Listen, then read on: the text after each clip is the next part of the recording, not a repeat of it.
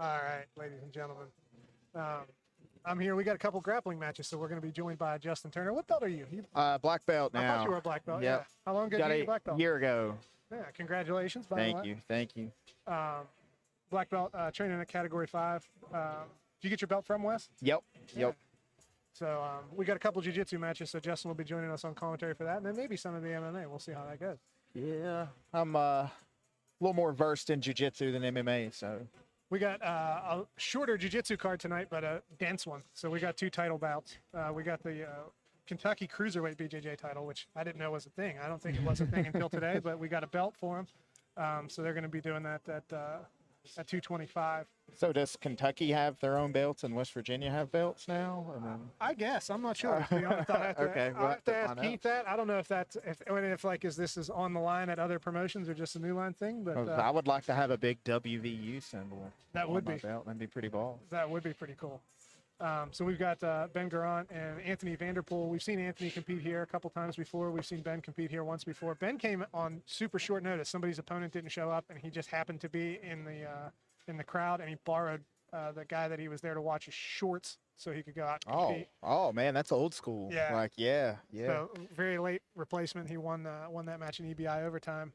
Anthony's 2-0 here. I can't remember his one match, but I remember the second match was a very smooth outside heel hook finish in a good, tough, scrambly match. He showed a lot of durability against somebody with a good wrestling game. Right.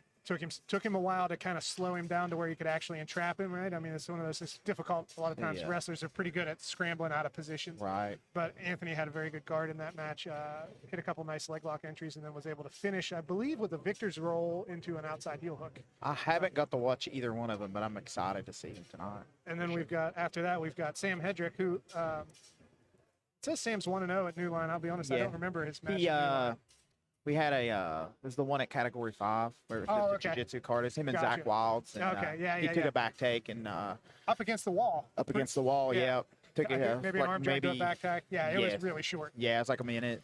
And Zach Wilds, who we saw, he's an accomplished New Line grappler. We saw him beat George Wheeler at the last show. I don't know if you guys saw that. That was a good match. That was the best I've ever seen Zach look. Zach looked really good.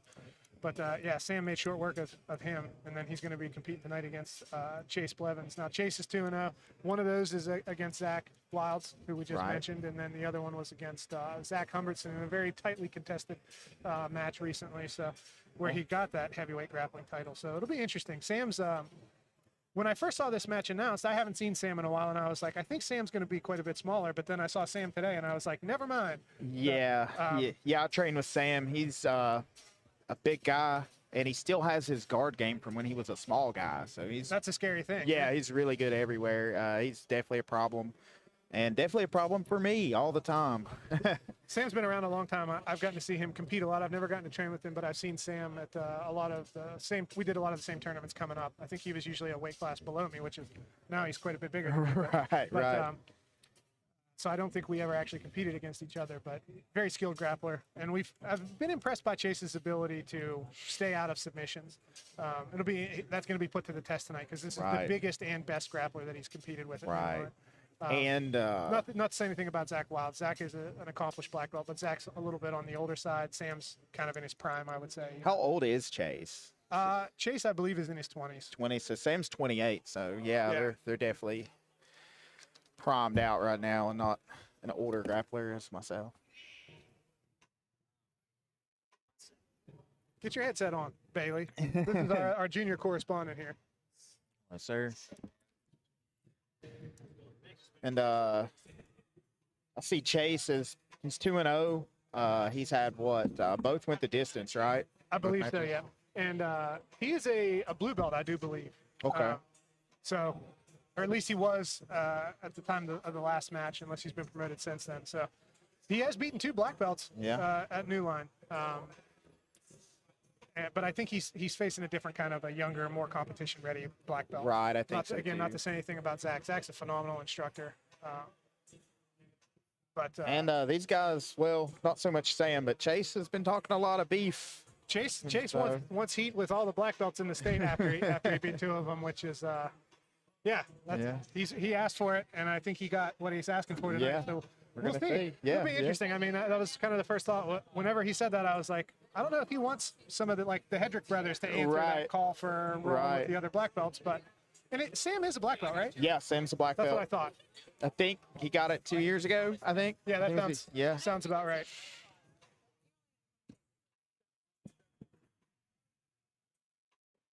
I can accommodate all of them. It doesn't matter.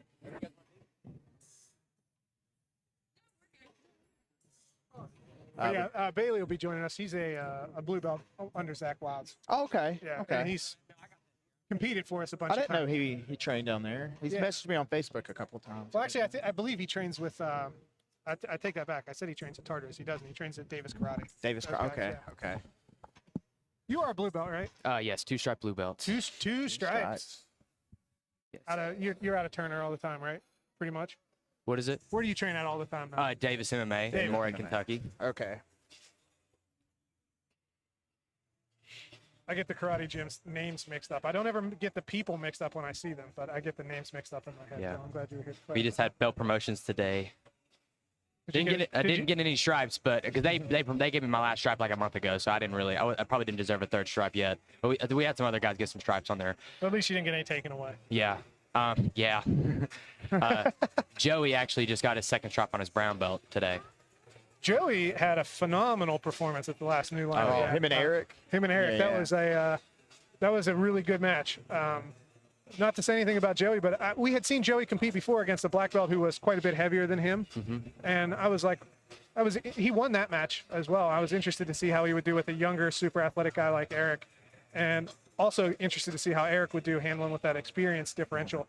Joey just looked he looked on fire that night. Yeah. I was very, very impressed with that match. And Eric didn't make any stupid mistakes either. He made him work for it.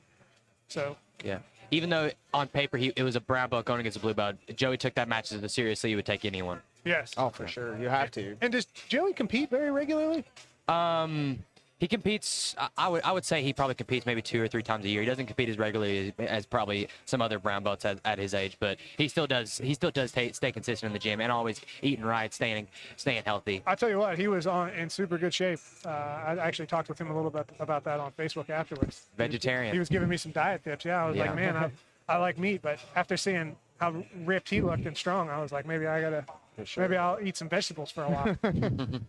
Definitely those 15-minute matches, man, because you usually jiu-jitsu tournaments 8, 10, 15's a lot. I like the 15-minute matches. I feel like you really get to see who's better at jiu-jitsu in a 15-minute match. And we've even seen some places will have 5-minute matches, and it's not enough time for. No. Especially like if you're a slow guard player or a slow pressure passer, it takes a long time to get those body lock sequences. Or even camping now. So yeah, I'm a big fan of this rule set that we have going on. What happened to the Grant Helen and Cole Gibbons fight? Is that still going on? I believe what I heard, and I'm not 100% certain, is that Cole might be having some kidney stone issues. Kidney stone? Yeah, so that's very unfortunate. Yeah, for that's him. a huge fight that's off for the night. Grant Holland versus Cole Gibbons. I thought that was gonna be fight of the night. Personally. I was excited for that. It was definitely going to be fireworks. So I don't know much of the MMA card. What are the ones you're looking for here, like that are going to be just? So we've got this title fight in the main event is a big deal. J.R. Cochran's only 1-0, but he is a high school wrestler. Yeah, he's got a high school wrestling background, and he's 18 years old and looks like he's 30 years old. Yeah, yeah, he's got more chest hair than I have. Tattoos on his stomach. Yeah, the first time I saw him, I was like, that he was still in high school the first time that he competed. Wow, that's crazy. He just graduated this year. So he's 1-0 in MMA and 1-0 in amateur boxing here at New Line. Like very, very impressive performances propelled him to an early title shot. And has a wrestling pedigree. Okay. Yes. Yeah.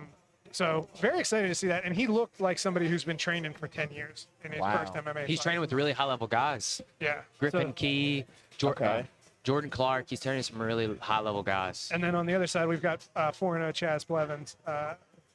Who's obviously got a bit of an experience advantage here. Chaz has boxed for us before as well. He had a really good boxing performance the last time we were here, I believe. Eli Atkins. Yeah, against Eli Atkins. Atkins, yes. Okay, I know Eli.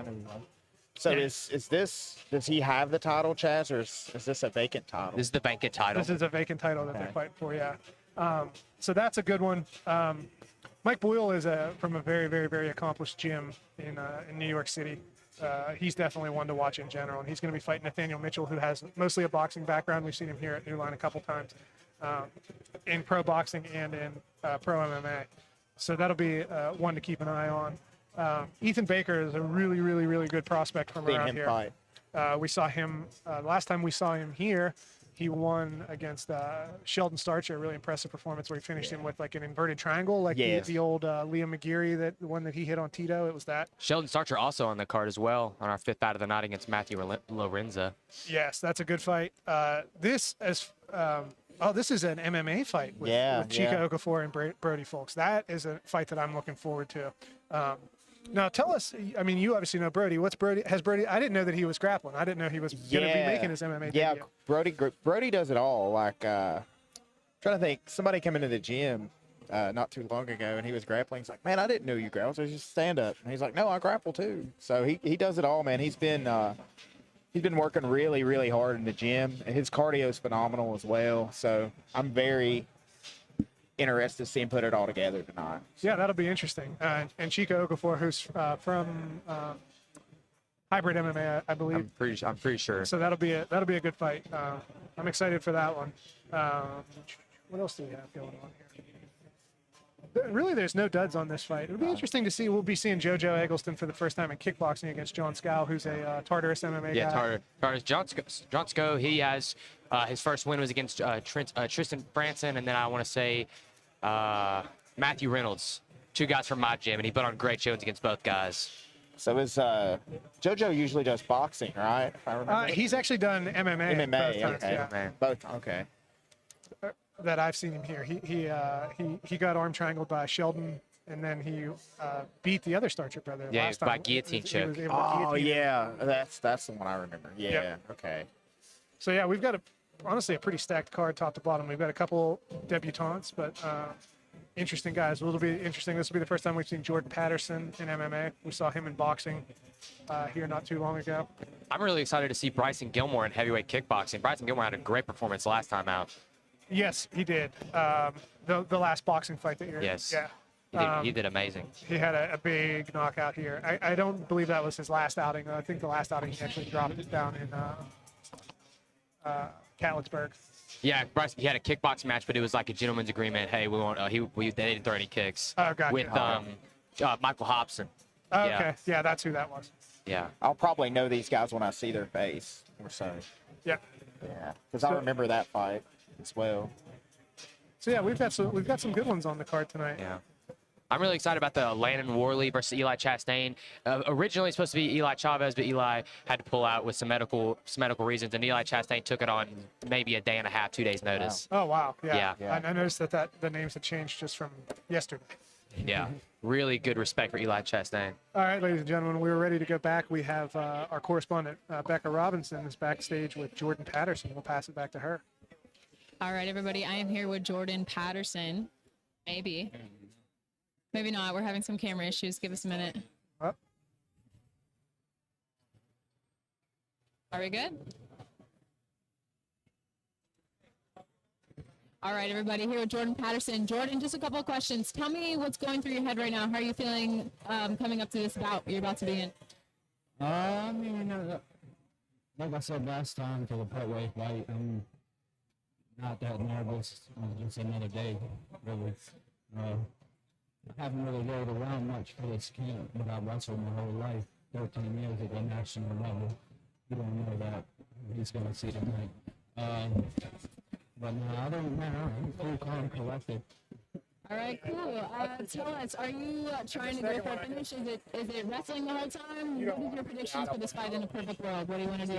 Realistically, I weighed 192 pounds yesterday before I weighed in. I weighed in at 183. Thank God the sauna suits.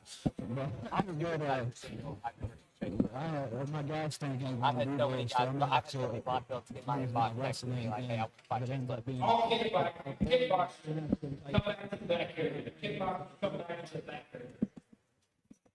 This is the first time I've ever fought with 6 ounce club then, so this shit's going to really hurt me. My jab looks a lot better than it did 2 months ago. Good, so your confidence level, how are you feeling? Super high? You know. All right, one last question for you. Anybody want to thank? Any supporters, any teammates, any coaches? No. You yourself in here? Yep. God. All right, we're going to send it right back up front. All right. You heard the man. We don't need anybody but God. No friends, no corner. I'm interested. Yeah, that's one of the fights we were just talking about. That was Jordan Patterson. It'd be interesting to see. He had definitely showed. I noticed that he had some like wrestling footwork in that boxing match that we saw him with Pway before. So it'll be interesting knowing that he's wrestled his whole life. Seeing him, I'm not familiar with his opponent, Lincoln Davis. So that'll be an interesting fight. I think Lincoln Davis might be out of hybrid. If I'm not, I might be mistaken on that though. But tell us your thoughts on the Hedrick Blevens match. We talked about it quite a bit before you sat down, but. My opinion on it is I think Chase, he comes into every match with extreme confidence, even though on paper he's just a blue belt. But Chase Blevens, he tells everybody he's been grappling his whole life. He grappled all the way through high school. He was second in a state championship when it came to wrestling in Kentucky. And he's been training. He started training jiu-jitsu and MMA in 2017. I think he took some time off after he had his first MMA fight. And then after that, now he's really started getting more into it, more consistent at Llama these past like 2 years. And I think he's a big guy. He's got some really wrestling experience. I think he gives anyone a problem, but I think Samuel I've talked to Wes about this. Wes came down to Davis a few weeks ago, and we were talking about the match, and I think that he's been grappling, and Samuel's been grappling about as long as Chase has, and he just has that jiu-jitsu experience, and I think Chase is definitely going to struggle with, because if you look at Chase's last 2 wins, it was against Zach Upperston, who is he was 75 pounds on him. Chase Blevens had 75 pounds on him, and then Zach Wilds, who is definitely, Samuel Hedrick is definitely, or how do you say his last name? Hedrick is definitely more in shape and more used to competition than I think Zach Wilds is. So I think it's going to be a big challenge for Chase Blevens for the 265 the grappling title. Yeah, and I'm interested to see Sam compete at this size. This is the first time I've gotten to see him in this kind of larger frame.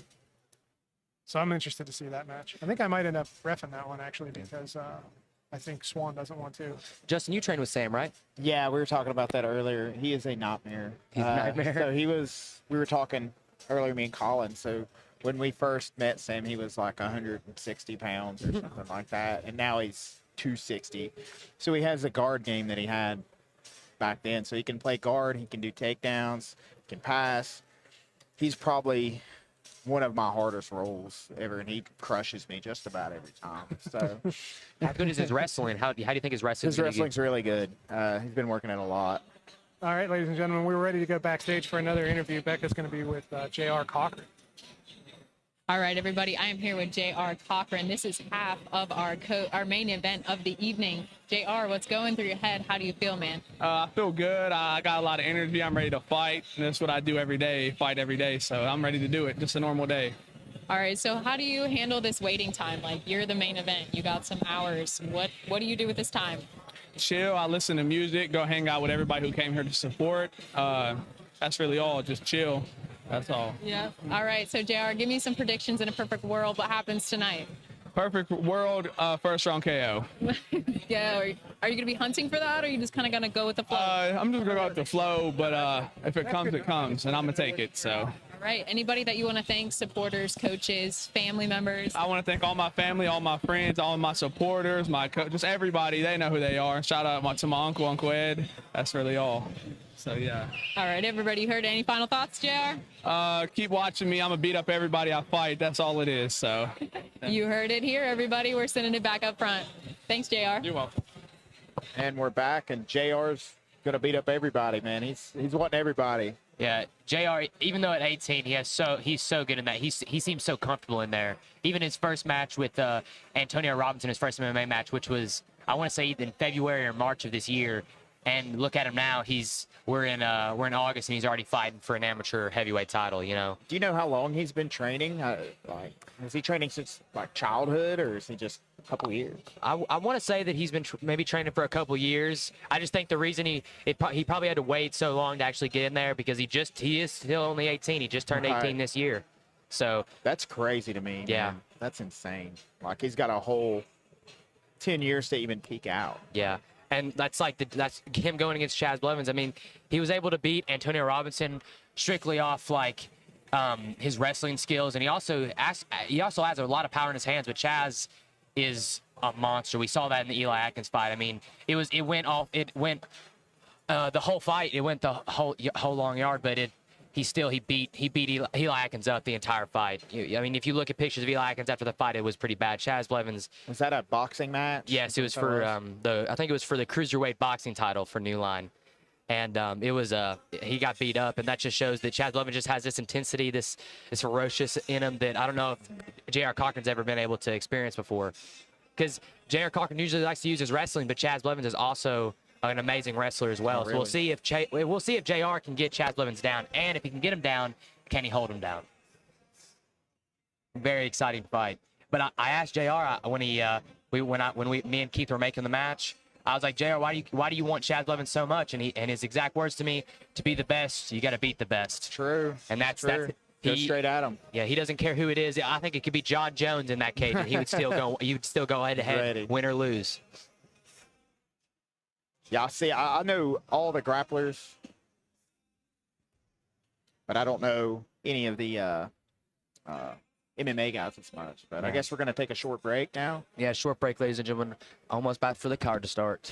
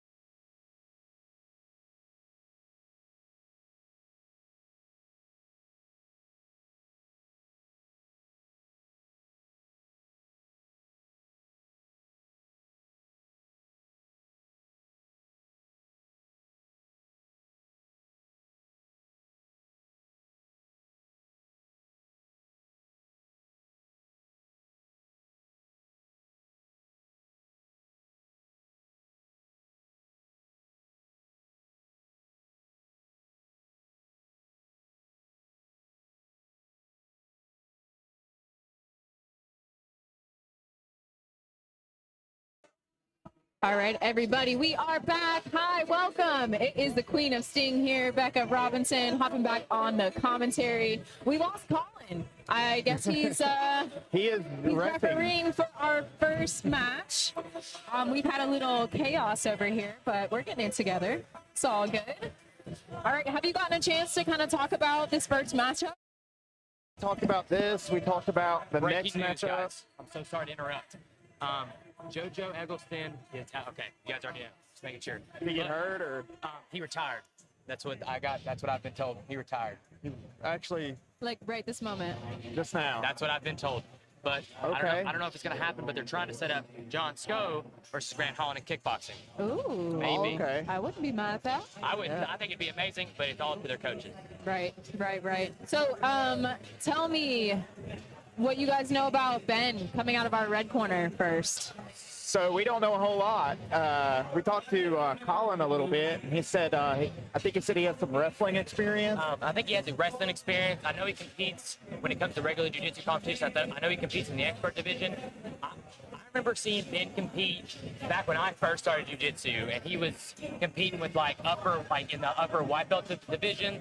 And back then I was a no-strap white belt, so he's got to be high-level blue or purple at this point. I do know he trains out of Reaction, though. I do know that for sure. Oh, okay, gotcha. So while we're waiting and while we have some time to fill, do you guys have a favorite fight or one that you're looking forward to the most tonight? Well, now that the Grant Holland and Cole Givens fight is done, because that was going to be amazing. I think it's got to be the main event. I think that main event is going to be the best fight of the night for sure. I'm also looking forward to watching Kendall Young. I've had the pleasure of sparring Kendall for my fight camp, so I'm excited to see what he does with Eli Meford. Eli Meford's fought for New Line a couple times, hasn't he? Yes, I'm pretty sure. Yeah. And that's going to be pro featherweight MMA 145. That's going to be our co-main event. So y'all keep your eyes out for that one too. Also, Ethan Baker is going to be it's going to be an amazing fight. I don't know a lot about Daryl Davis, but I know Ethan big Baker. record. Yeah, Big he's record, lots of 7-6, experience. A lot more experience than Ethan, but Ethan trains with such high-level guys in Reaction, and he's always locked in. I think Ethan Baker is going to have a good showing tonight. Reaction, they got it together over there. They really do.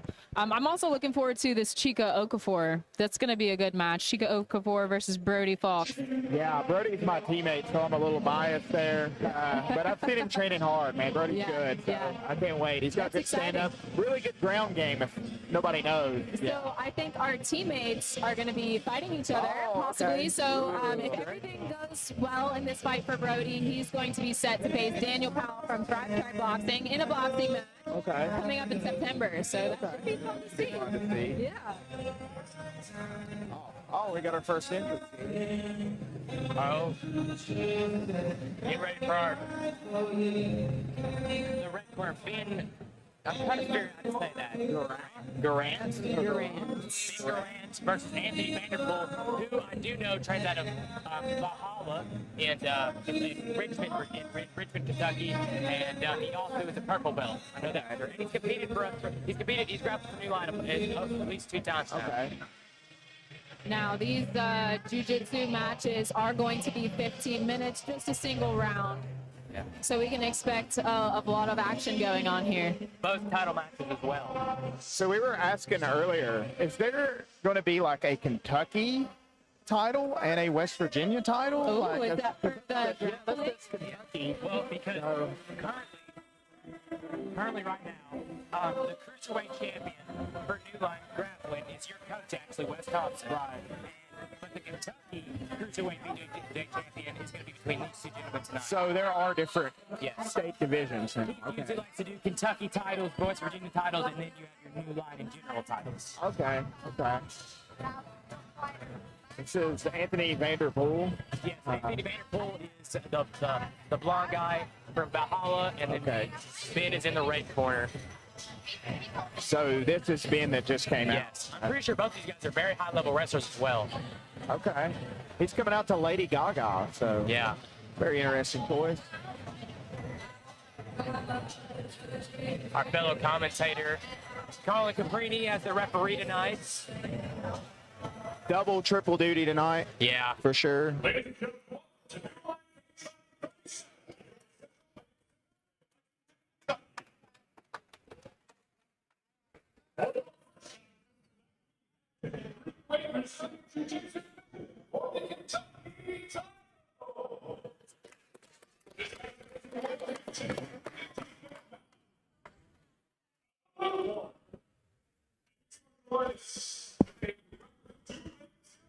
Standing at 6 feet, 0 inches tall, and 205 pounds.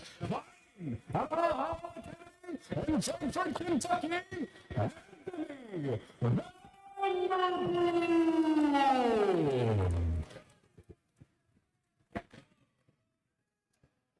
And his opponent out of the red corner, ABPJ specialist with a record of 1 win, 0 losses. He stands at 5 feet 10 inches tall, weighing in at 223.10 pounds. CMA in Lexington, Kentucky, Ben Jones.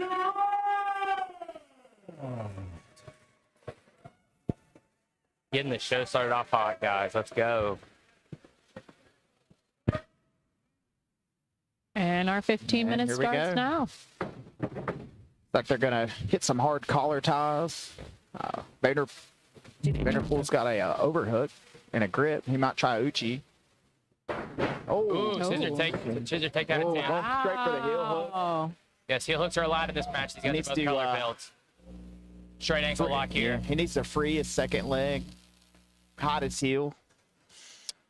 Ben's doing a really good job of defending this so far. Let's see, Both men staying very calm in this position. yeah, he needs to hide his heel a little better than that. He needs to get on his left hip. But he needs to free the straight ankle leg first.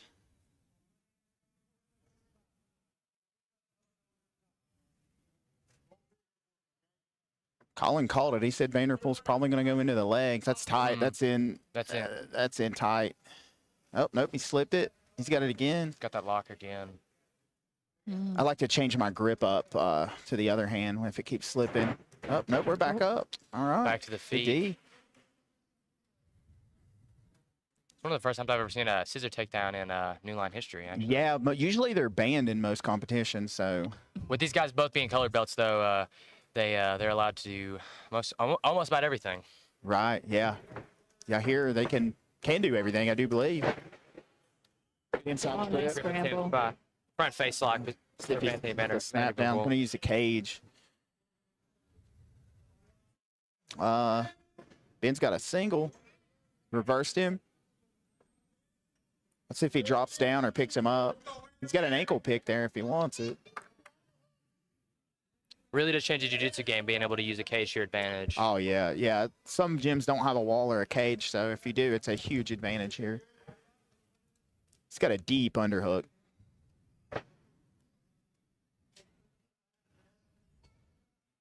I like to get my knee in the middle and get my hips under them. Yeah, split those legs. Yeah.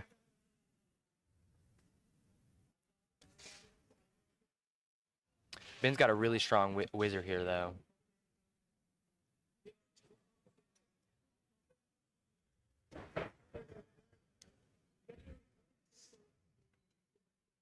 I'm interested to see how he's going to try to take him down from this spot. I don't know if he works a lot off the cage or not. There's a beautiful Uchi. Good Uchimata. To the Going around back. to the back. He's got one hook in. He's got the both other hooks in. Ooh, both hooks. Rear naked choke attempt here. I can't really tell from this angle. Yeah, it's hard to see the hand fighting. He's Oh, trapped he's an arm. strapped an arm. Oh, it's out. I miss our screen right here. Yeah, So I can yeah. just see everything. Green. Can I get my screen back? Okay. Thank you. He needs to not get flat here. He needs to, which is Vanderpool's trying to get him flat. Trying to get that hook out. Yeah. Yeah, there it is. He's going to bully choke him from here. Almost a neck crank here. Yeah. Yeah, it sucks. He's tough, though, man. He needs to push he's that gonna elbow eat off his it. head. He needs to Yeah. He needs to build base with his knees. It's way to If you stay can. calm there. Build base, clear a hook, and start to stand. Yeah, from the look of it, these guys both seem like purple belts.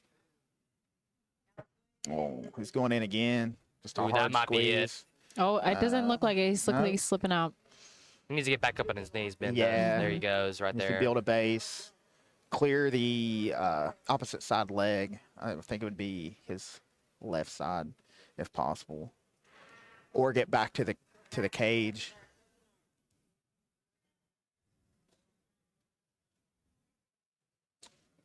Anthony's doing a really good job at keeping those hips back, so he's not going to get bucked off. He did the hand smother there for a minute.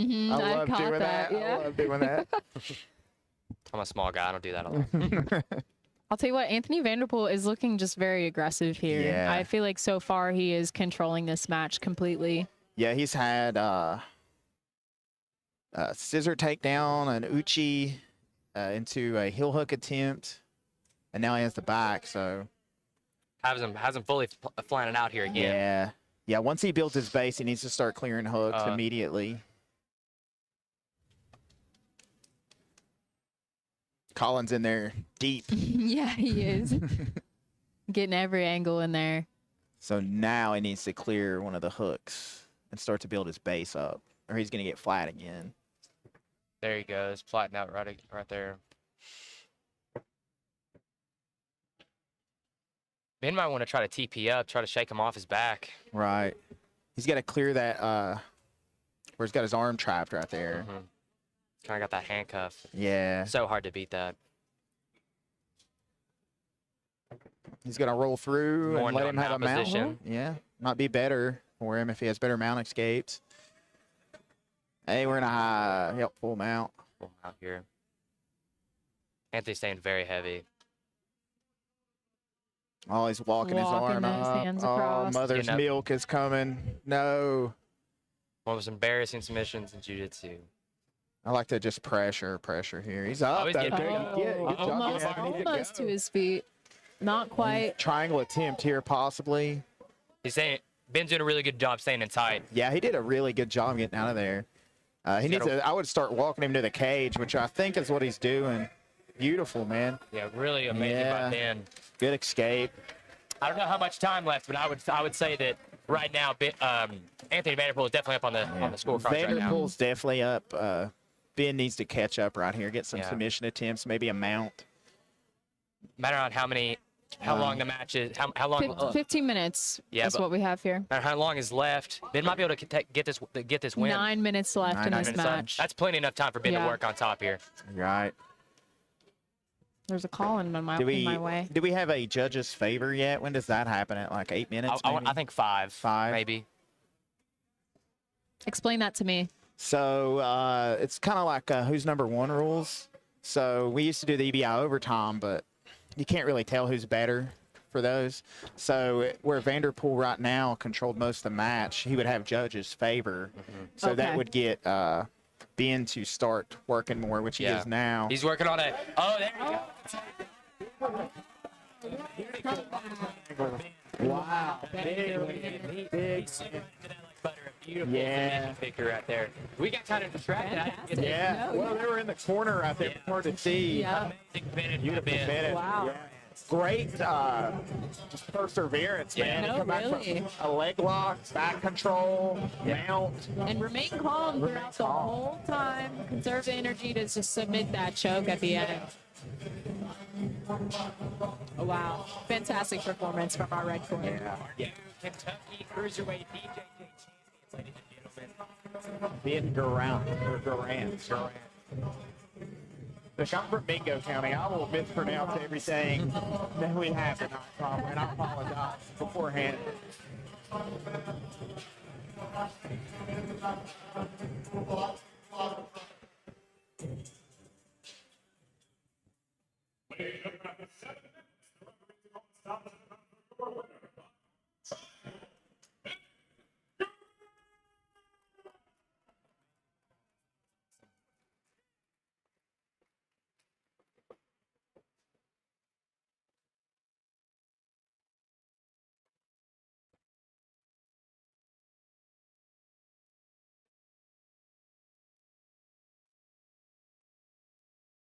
Those new grappling championships right there. Oh, man, I love the white and the gold belt. That's pretty. Oh, yeah. I think he's doing that for all of his Kentucky titles. His boxing come title. on, man. His boxing. Hey, you know, that UK blue and white. Come on.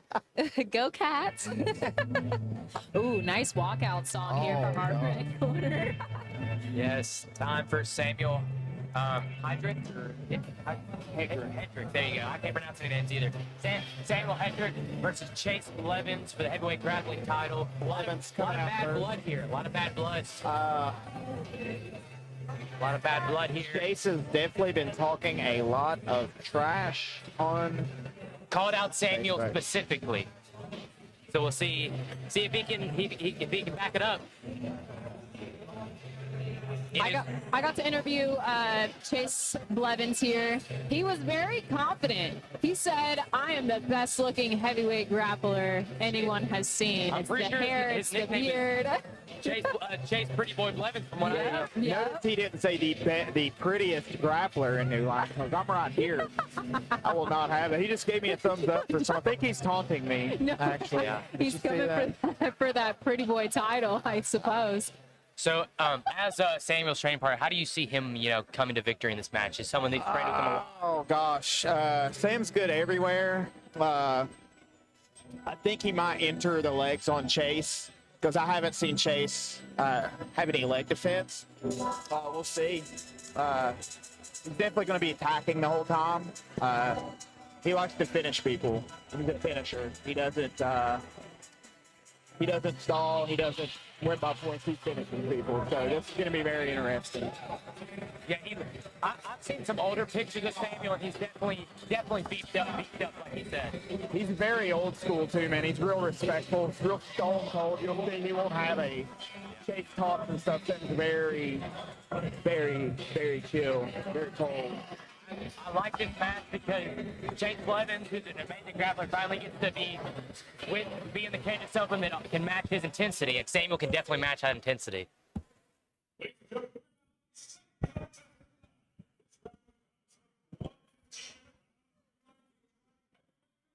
Now time for the red belt.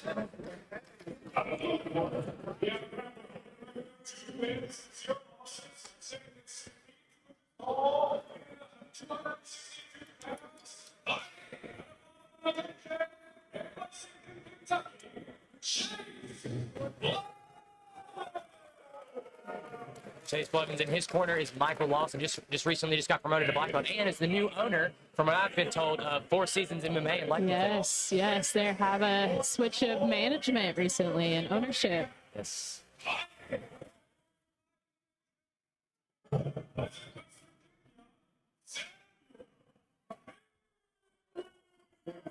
Thompson, a 225 champion, and I think his brother's in his corner too. His brother's really good as well. And, we'll see if Chase hits those hard collar ties. Some respect shown here so far. I remember Chase saying he wanted to be in his face. He wanted to be smacking some necks. He wanted to bring some aggression to this match. Samuel looking like the bigger opponent here. Yeah, Sam's very tall, very strong, and he's got Chase up against the fence. Chase trying to turn him. This is a 15-minute bout, I do believe. Yes, sir. All grappling title matches are 15 minutes. Let's see if Sam goes for an Uchimata here, possibly.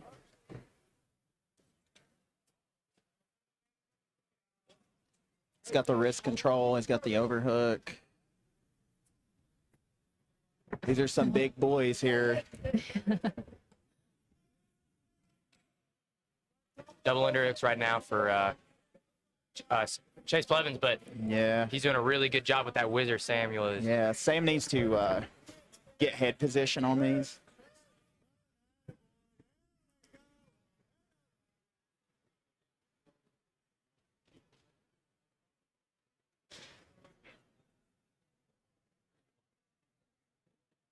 So we got double collar ties, it looks like.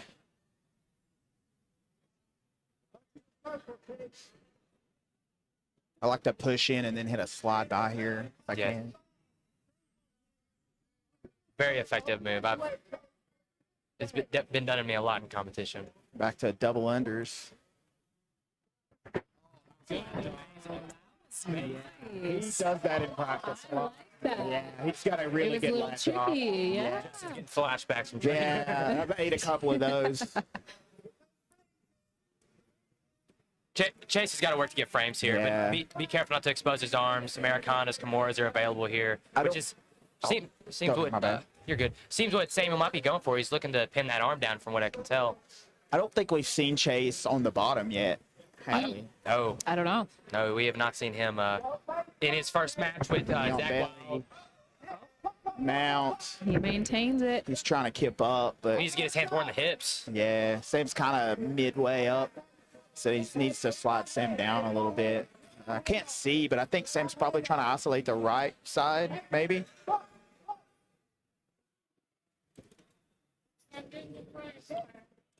Really good chop pressure so far for Samuel Hedrick. He might be going for a... No. Sam's got really good control on top from there. He's really hard to get off. I couldn't tell from our angle if he was going for an Ezekiel choke. I'm pretty sure he was just doing a kind of a smothered choke. Yeah, I think he's just trying to clear this elbow up right here on the right side to get it across his body. Then probably go to an S mount. If I had to He's guess. starting to pin down that arm. Chase got to watch out for like an S mount kind of position here. Yeah. Just Sam usually work a lot of S mount. Yes. Yes. S mount is such a dominant position, so heavy. It's like you can barely breathe. And doesn't matter what size you are. If a guy gets you an S mount, you're going to be in some trouble. Yeah, he's starting to work it. He's trying to hit a wrist block there. He's controlling really well here. It's going to start to tire Chase, I think. He's walking the arm up. Chase is pushing again. Chase is doing a good job moving, keeping Samuel active, but Samuel is just keeping that top pressure. It's going to be so hard to get a black belt like himself off. Yeah, he's starting to get that. We used to call it. Yeah, we used to call it the "Who's Your Daddy" back in the early days of MMA. I've never heard that one. Yeah, that's an old one, man. Anybody around 2010 will call it that. He's got a gift wrap. He might have a back take. He could also hit an inverted armbar on the other side. Good control here.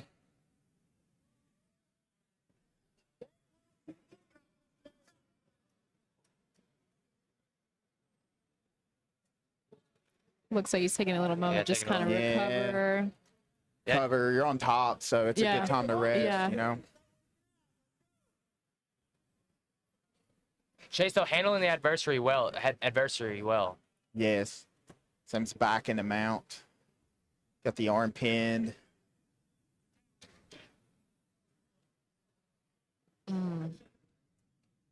It's kind of like you want to risk the back take if he's going to explode. There you go. So you get that arm up. He's gonna be careful. To swivel under like he just did. Beautiful one, beautiful arm. That just shows Sam's experience, That's a different kind of black belt. I mean, he hands it to me every practice, just about. Yeah. So. And now he is a heavyweight New Line Grappling title holder. Grappling champion. Congratulations. It's still a great performance for a blue belt going in there against a black belt. Chase did really well, but there is levels to this game, and that was a perfect example of it right there. Sam doesn't talk trash. He just does what he does in the cage or the mat. That's how you know somebody knows their stuff. They don't need to talk. They just walk the walk. Yeah, That's why I talk all the time. So. Yeah, his expression hasn't changed this whole. He's been straight faced. Yeah, he's very serious. Very serious. Yeah. They compare him to Gordon Ryan, and I'm the Craig Jones at the gym.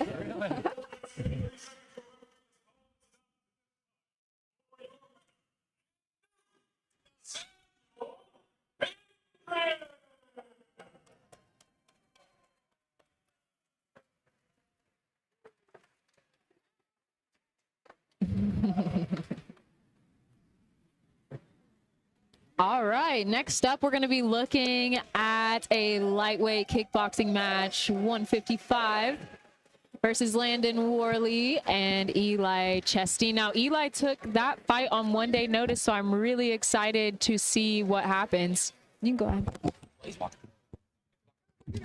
He's keeping him in. Take him out.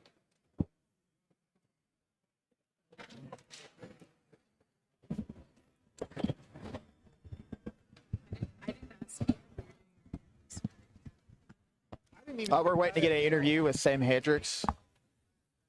Think about it until you want to interview this one. after the first match, I was like, found a way to get the shoes off.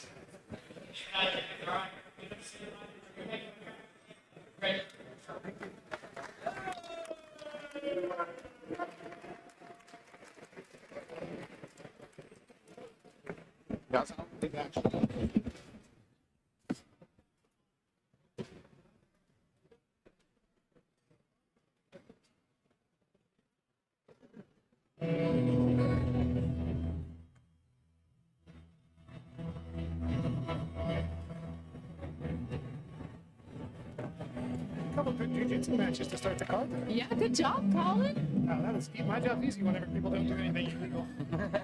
All I gotta do is make sure time doesn't run out. Impressive performance by honestly both guys in that first match. I was very surprised. Austin hit that beautiful Connie Basami entry. He was able to get exposure twice, and Garant, or Darren, however you say his name, Garant, I think. was able to heel slip both times, looked very cool and comfortable in his leg lock defense. He looked real cool and comfortable underneath the back mount, too. Eli Chastain making his way to the ring as we speak. Yeah, like I said, he took his fight on 1 day notice, you guys. If he got the call yesterday, can you make weight? Can we fight? And he said, you know what? Might as well. So I'm excited to see what Eli's going to do. He's coming off a loss, but from talking to him, it seems like he's ready to redeem himself for this one. Yeah. Did we lose another fight while I was going? We did. Yes, Johnsko versus Jojo Agustin. Jojo Agustin, from what I heard, retired or didn't show up or something. I have no clue. But That's the first time that's happened. I don't know. I don't know if they're still working on it, but apparently they were trying to get Johnsko versus Grant Hollins. They both lost their matches tonight in a kickboxing fight. Oh, that would be Which would be an amazing I thought it'd be match. cool. But I haven't got any updates on if it's going to happen or not. It's a good match if it does happen.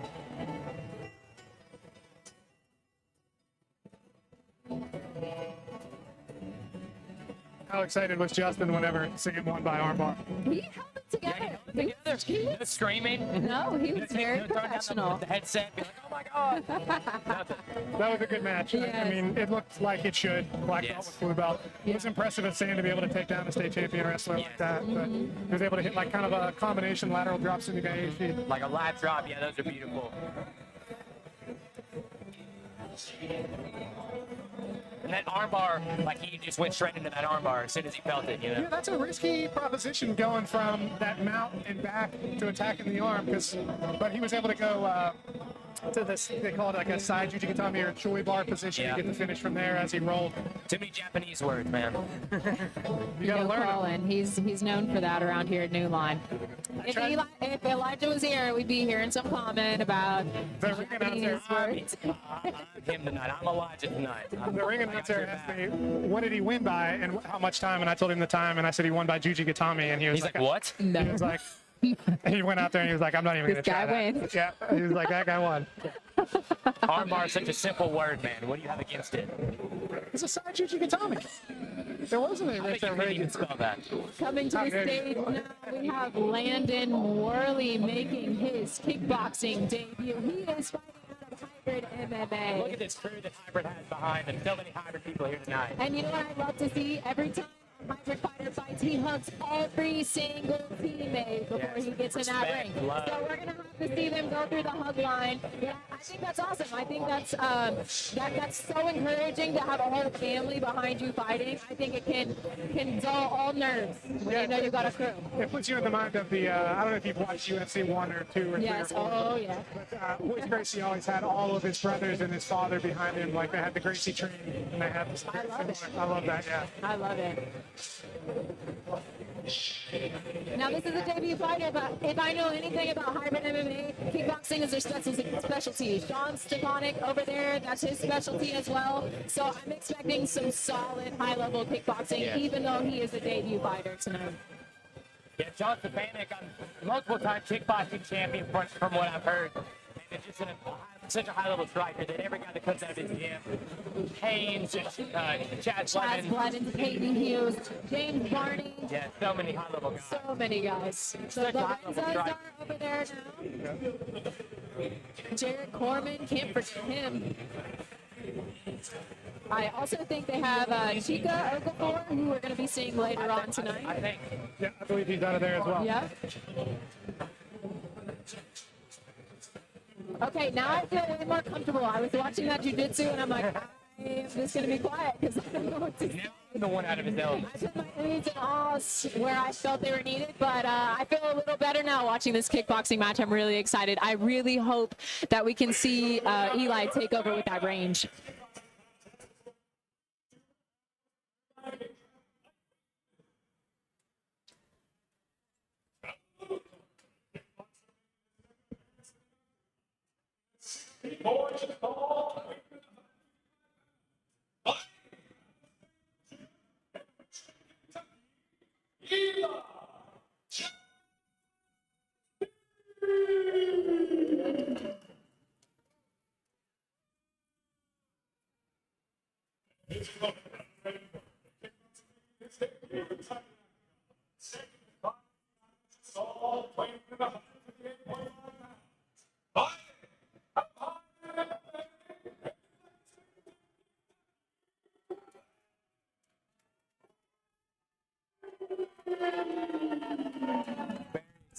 Eli Chastain, aka Wendy's parking lot.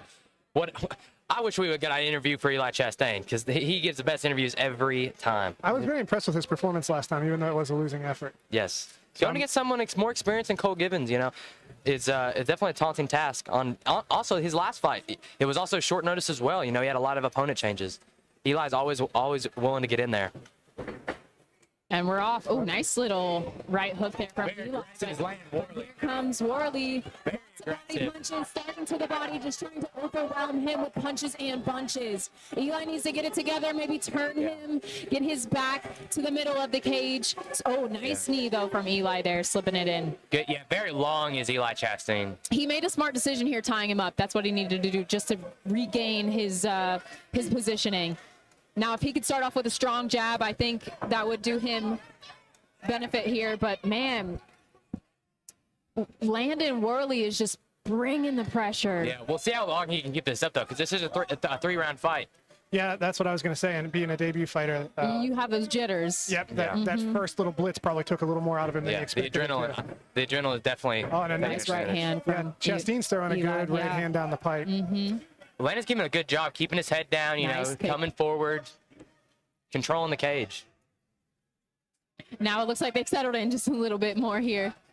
Another onslaught, punches and bunches. Nothing landing too cleanly. Maybe one or two. Yeah, I think one left hook got through, but A lot of pepper, some good body shots there I'm seeing from Landon Warley. oh, nice right hand going backwards. Right hand. But man, Landon Warley just putting it on him, and it doesn't look like Eli likes to be getting hit in the face. He kind of starts turning away and backing straight up, which is not ideal. Nice knees to the body exchange from both fighters. Separate him again. He's got to fix that head guard of his. Eric will get them together. 10 seconds left in the round. The headgear, unfortunately, always a bit of a problem here. Short time. Let's see who can put a stamp on this round. Oh, good left hook. Big Warley. punches. Good finish. It's an interesting round. I think I would lean 10-9 to Logan, or excuse me, to Landon Warley. Yes. I agree completely. Now, he has wide looping punches, but every once in a while he's landing, and Eli hasn't really done enough to combat those punches that he's landing. He has landed a couple good right hands in there, a couple good knees to the body when they're in the clinch, but I don't think it was enough to win the round. It'll be interesting to see how this unfolds over the following rounds. I think they both look about the same level of, you know, gas tank right now, because Landon was coming forward over and over and over again, but Eli was also backing up, not running away, but definitely trying to stay away from, which still takes a lot out of you as well. I think this fight is going to be one of the ones where we see who fights better while they're tired, because I think those gentlemen are definitely going to be tired. Got some kind of a light show going on behind us here.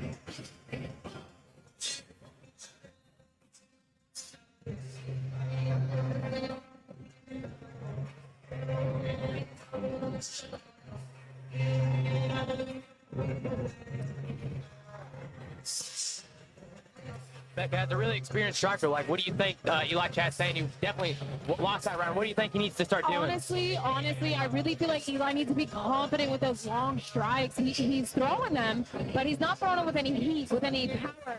He needs to demand respect with his length. If he can just even 1 or 2 big shots to make Landon respect him, I think it's going to open up his game a lot more. He's just being a little bit too submissive, especially in that first round. I think he could start to step in with knees instead of kind of turning away. Yeah. From the onslaughts would probably be a little bit more of the same from Landon to start this round. Kick. There you go. I'm seeing some nice strong punches here from Eli. He's used those long legs to his advantage. He landed a nice right body kick as well. He gets kind of bullied back to the fence again, though. It looks like he's keeping his composure a little bit better so far, Eli. Yeah, it's interesting. It'll be interesting to see him once he gets a little more polish on his defense because he looks composed in the clinch. Man, I'm really in an unfortunate position. A lot of wide hooks here from Landon Warley. Nice kick.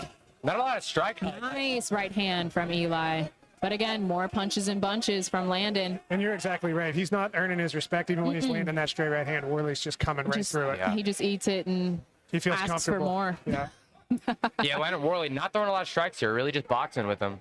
Yeah. Oh, that was a nice little knee there. I think if Eli can get the timing down and work on punching while going backwards or kicking while going backwards, he might be able to catch him on the way in, but he's huffing air right now. Yeah, Warley looks the fresher of the two. Oh, man, those punches are and a big knee to the body by Warley there. Oh, another knee. Those have got to wear on you. One more knee. You know, sort of thing. Landon's definitely being the more aggressive, but Eli didn't have, the camp like Landon did for this fight. That's true. 1 day notice. It's definitely gonna the farther this fight goes, the more it's gonna weigh on Eli, which you can tell in his face right now. He's definitely starting to struggle. Nice jab cross from Eli. But he's still hanging tough. He's such a tough kid. All those MCC guys, those guys from Stan are all tough guys. Anybody who's Waffle House and Wendy ready. I think if this was a Wendy's parking lot, we'd be seeing a different fight here. That was a really good job from Landon Warley to finish off that round. I mean, he's consistently pouring into the body. He's consistently throwing knees. And like you said, that's just zapping Eli. He doesn't know how to combat it right now. So I'm going to have to give that round again to Landon. Definitely a better round from Eli, but you can tell he's starting to slow down. And that's exactly what he doesn't need to start. He doesn't need to start doing that. The more he slows down, the more forward that Landon's going to come.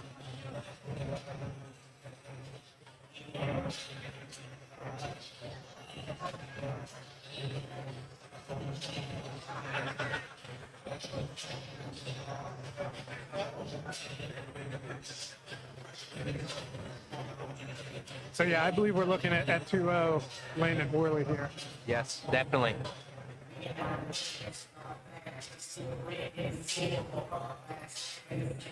Coming up onto our last 2-minute round of this fight. I wonder what kind of adjustments they're making there in the corner of Eli, because he did start. He threw that nice 1-2, and he threw a couple good body kicks. He's doing good work on the outside. He just can't stay on the outside for long enough. Yeah. And when he's going backwards, he's not able to make enough space to actually reset. He's just getting put on the back foot and eventually pressed against the cage. About ready to start our third and final round of this fight. And I think when he's retreating and he's backing up, it's just straight back, and I feel like that's just making it very easy for him to be tracked. And for Landon to just go forward and find him. I agree. Final round here. Oh, nice little overhand lead hook there. More hooks coming from Landon Warley. Up to the top, man. They are just absolutely landing on the chin here. Some uppercuts sneaking in. Same aggression from the first. Oh, man. He might get a stop it in this round. You got a If he can nice keep clean this right up. hook in there. Oh, and a nice left Man, uppercut up the middle. punches and bunches. Eli needs to time him up. He needs to time him up. There he finally gets the overhook in the collar tie.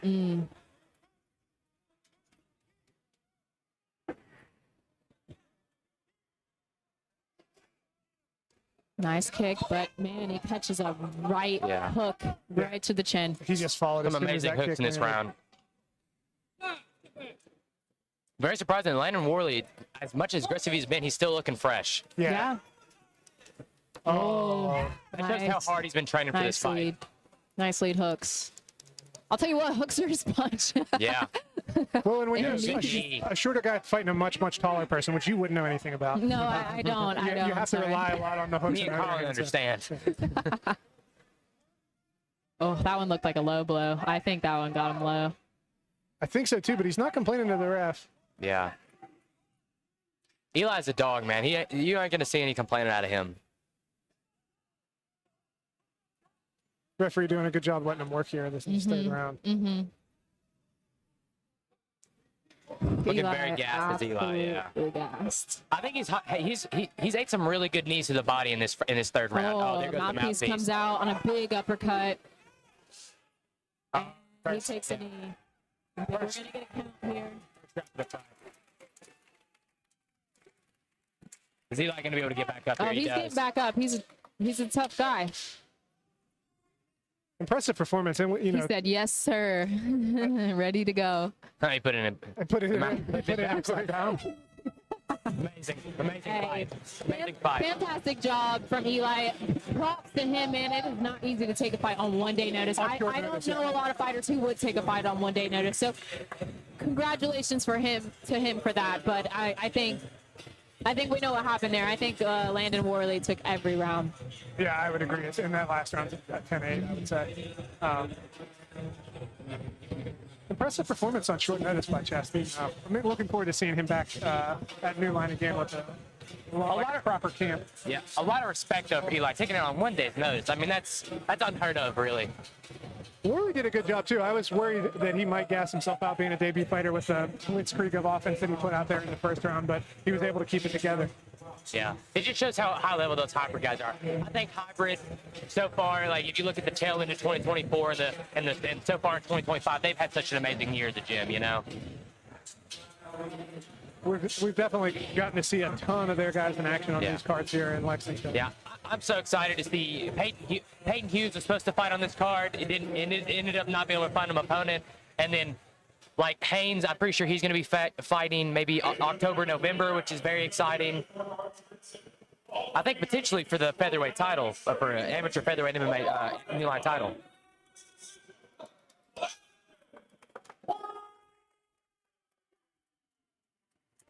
And we're going to pass it up to our in-ring interviewer, Rebecca Roberts.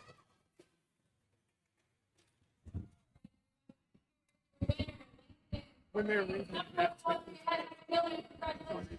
Yeah, no problem. You guys make me feel like so underdressed. I didn't know I was supposed to dress good for the Lexington cards. It just happened to today, and then I had to go in and ref anyway, so I took it off.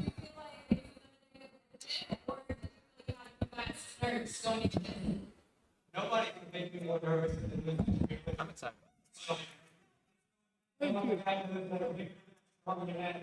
like the Lorenza guy. I think he fought Skylar Mullen's brother. I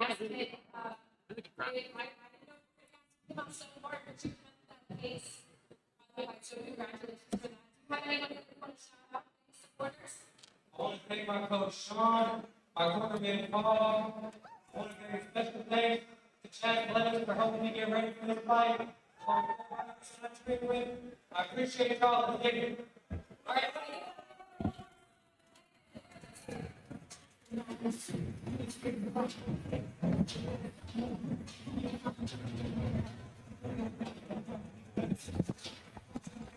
Getting into our next fight of the evening, Matthew Lorenza versus Sheldon Starcher, who's a very, very experienced NLC fighter. With 3-0 for the red corner so far. Yeah. Matthew Lorenza, I think he might also be out of hybrid, but I'm not sure on that one. And coming into the country roads, Sheldon Starcher. I always appreciate some John McKinnon. Yeah.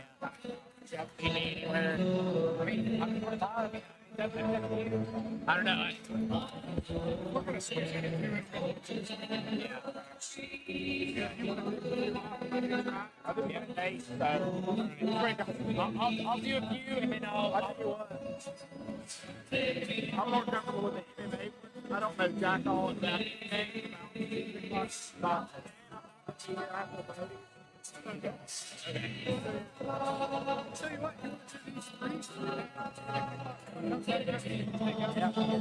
These three, okay.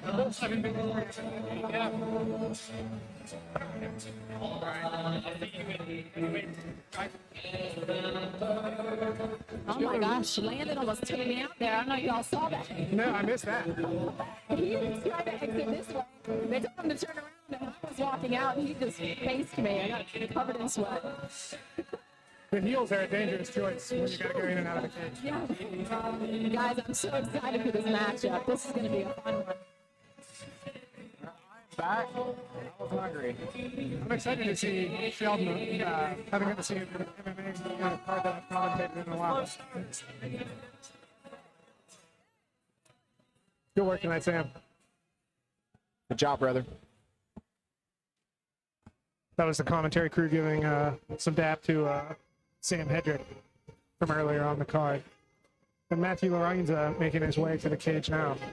Becca, you might know his name pronunciation better than Lorenza. Lorenza. Lorenza, yeah. I believe his brother's name is Daniel Lorenza. Both training out of Hybrid MMA. So I've trained with Sheldon before. He's really athletic, man. Like, insanely athletic. And honestly, both of their body styles are very similar. So I'm excited to see how the styles are going to match up here. Both tall, both long, both lengthy. Sheldon has a very, very smooth striking. I've been very impressed with his striking performances. Now, obviously, you know more about Lorenzo than I do. Is he more of a grappler or primarily a striker? I would say he's still fresh. I'd say this is probably his first year of training. But being a hybrid, I would say kickboxing is probably the strong suit. I know they do wrestle. I know they do a little bit of jiu-jitsu, but kickboxing is their go-to. We should be in for a good So strike. lots of hit, lots of strike. Yeah. These guys are definitely throwing hands. Yeah, and that's the thing. I mean, the Starker brothers always thrive whenever they get people to strike with them. Right, right. We saw Sheldon last year in one of the Doghouse cards with what's his name? The brown belt from Ronan, Sam Kinker. We saw him put Sam Kinker to sleep with an uppercut. And Sam is super tough and a very high-level grappler, and Sheldon was able to put him out. That was on paper a tough matchup for Sheldon because an experienced brown belt with a lot of fights, but he was able to put it together. It would be interesting to see how he. No touch of glove there. Interesting. You don't usually see that from the Starker brothers. More relaxed, but he looks like he's got something to prove tonight, which means we're in for a great match. And it looks like Sheldon is going to have a little bit of a height advantage, but not as much as he's probably used to enjoying at this weight class.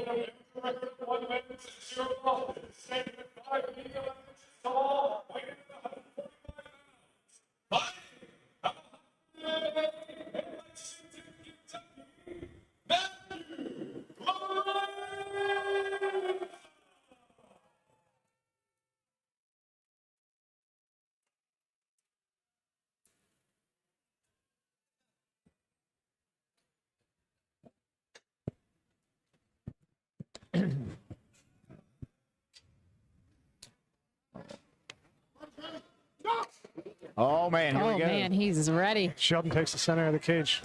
Ooh, nice low kick, but he eats a hand for his trouble.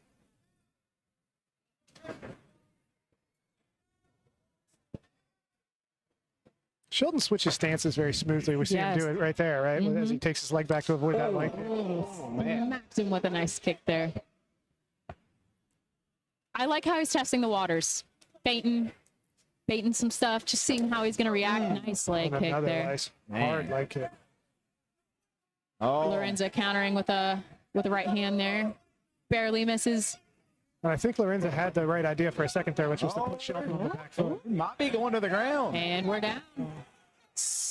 Oh, he's holding tight. Look at that. And we got some ground and pound from Sheldon Sarcher. Now Sheldon needs to either get that second hook or he needs to try to work towards the mount. All right. Yeah, he's a little wild on the ground. It looks like. Oh, now we reverse it. We got Matthew Lorenza trying to take control here. He has a decent butterfly position here to get some elevation and something going. He locks down that kind of, I don't know what you call that. It's not really a half butterfly, but he goes back to half guard. I mean, like a 3/4 mount almost. No.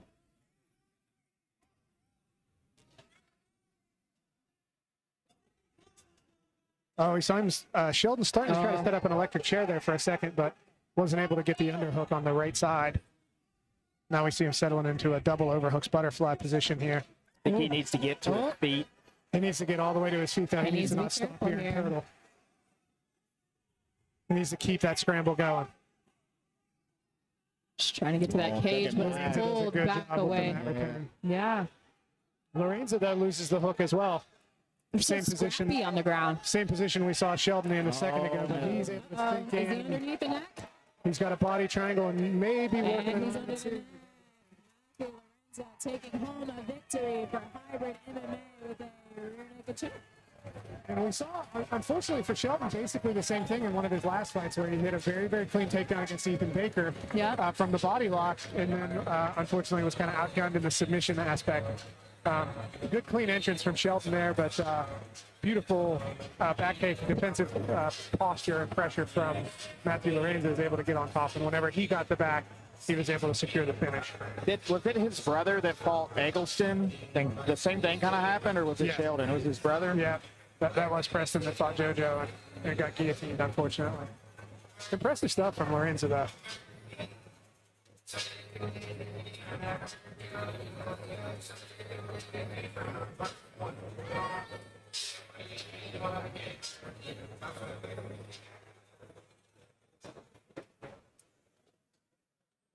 Ladies and gentlemen, after 1 minute and 15 seconds, the referees call a stoppage to the bout. What's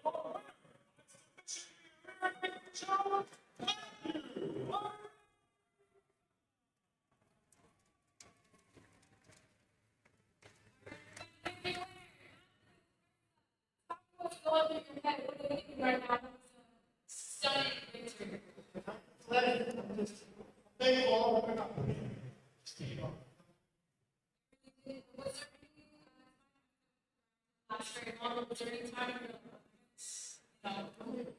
do I do here? He was talking about the jab, oh shit.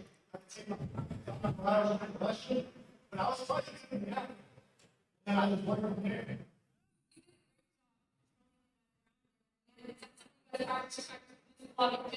Yeah, I've been dating over the I'm glad I got to show it. It completely paid off. So go ahead and your team, your family, my lawyer said, my family, my coaches, my mom, all my family, it's all not just, I appreciate it from the bottom of my heart.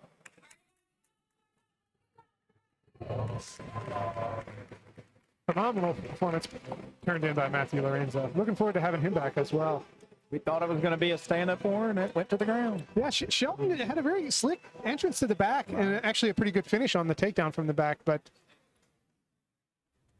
just needs a little bit of polish on the ground. I mean, we've said that 1,000 times. Yeah. Little wild. He looked very good on the feet, though. Yeah, he landed that head kick. He was landing some nice straight punches. He had good leg kicks. Yeah, super hard leg kicks. You know anything about these next two gentlemen? I do not, actually. Laquan Parks will be making his debut, and Dustin Bowen coming in at 0-1. Catchweight at 130. And we have Dustin Bowen will be making his way to the cage here first, fighting out of the blue corner.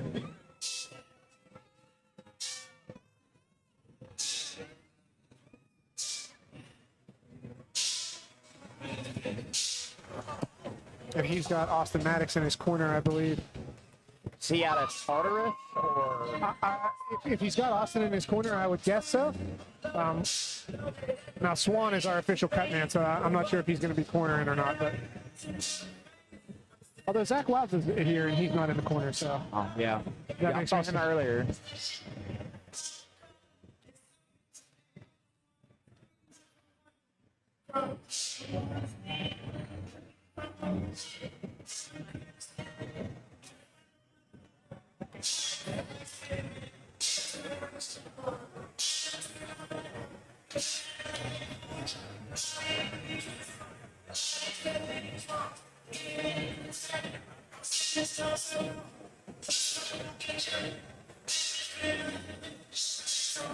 Always exciting to see the little bit of a speed bump that we'll see from these lighter weight classes. Yes, I'm excited because man, Laquan Parks is going to have quite the range.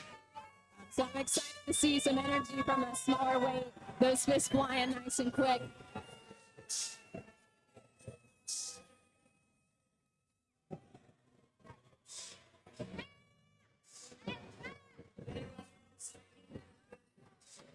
Bowen rocking the Shock Doctor undershorts with no overshort. Yeah, see that. Always a strong move. Very bold. Bold move, Cotton. He does have the very large cup, so I'm not sure if that's out of necessity or he's just letting us know. I'm making his way to That's my old move in the tights.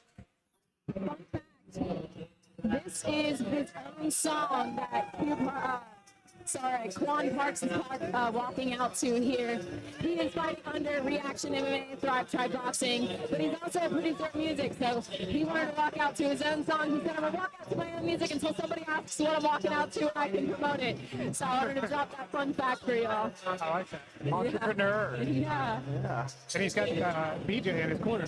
Yep, cornered by DJ Robinson, Casey Kimball from Thrive Tribe Boxing. We are a boxing gym, but you know, BJ, he's been in the MMA game. That's his first love.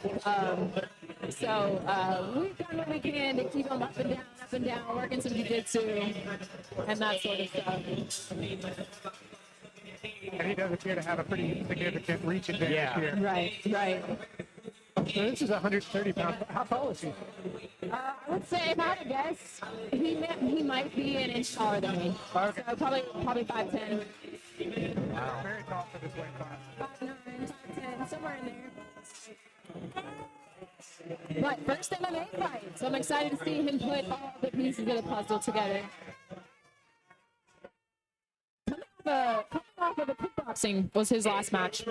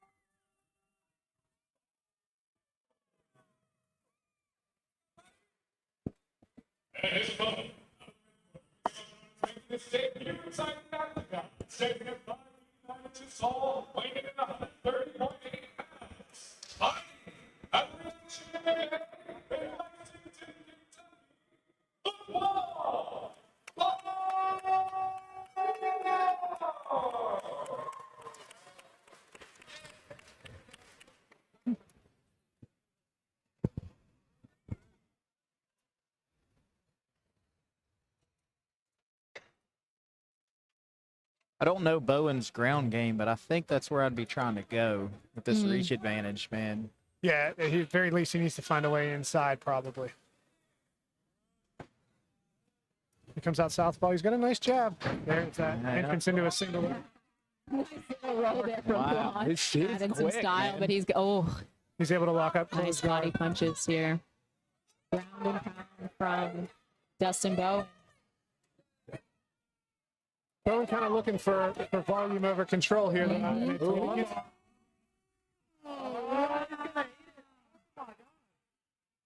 Wasn't able to quite keep the angle, and he got slammed out of it. Rampage Sakuraba style.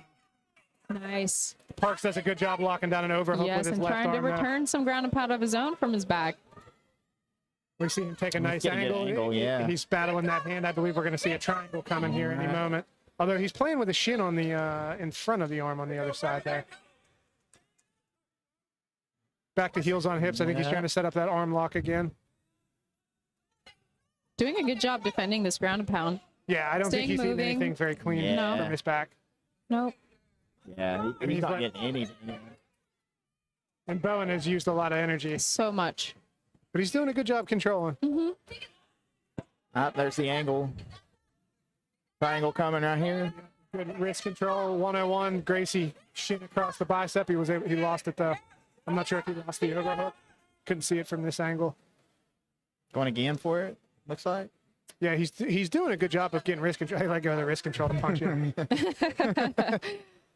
Staying active from his back, though. Yeah, that overhook is a very strong control position from close guard bottom. But now he's starting to eat a few.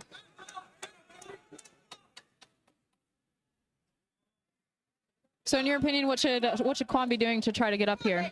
Honestly, he's come very close on a couple subs. If I were him, it's very difficult to get up from close guard. You're going to have to break the guard and eat some shots to get up. I think he actually should probably keep playing that overhook and trying to set up that wrist control triangle because he's been very close on it a few times, and I'm not liking the defensive reactions that I'm seeing from Bowen when he throws it up. So I think if he commits to one of those, I think he's going to have a shot. We see him starting to climb up and look for that arm bar again. I think he could also probably use him. Oh, there he's used the technical stand-up. Back up to the feet. Yeah, Bowen could have let him stand up. That was probably an interesting decision there. Yeah. Throwing big, wild shots here from Bowen. Got his mouth open. Now that's a good sprawl. Yeah. Very good sprawl. Now Parks needs to keep that hip back and not try to take the back too early. He's going to end up getting finished on a double leg. But he's able to return back to his standing position. Nice kick to the body from Quan. He landed a nice right hand as he stood up as well. I don't know about that. That's an interesting round of score. Yeah, I don't know. I mean, it was like Dustin had the control from the top, but Quan was working the whole time. I would say that armbar was extremely close too.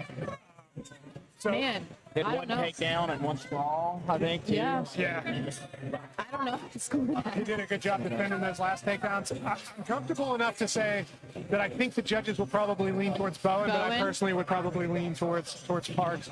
So, and these are some knowledgeable judges that we have here in Kentucky. Yeah, Most of them yeah. are higher belts in jiu-jitsu, so I wouldn't be shocked. Honestly, I think he landed the cleaner strikes on the ground from his back, actually. I agree. Like higher percentage, definitely. A higher landed percentage. And he definitely landed some clean strikes in that stand-up exchange there at the end. So I think Bowen's looking a little more gas, too, I right mean, yeah, now. he was so explosive when he came out. I was really shocked that Bowen decided to let him stand. Yeah. I mean, that was. I wonder if that was a gas tank thing. Like, I wonder if he's comfortable on the ground. Well, yeah, I don't know about him, but personally, if I'm exhausted, I would rather just. We're going to sit right here and nothing's going to happen until I'm not tired. We're going to chill. I definitely don't want to get up and have to wrestle again. Right. Then he did it. Yeah, he shot another takedown after that. But we are lazy jiu-jitsu guys, so don't let it happen. Yeah. Replay the guard.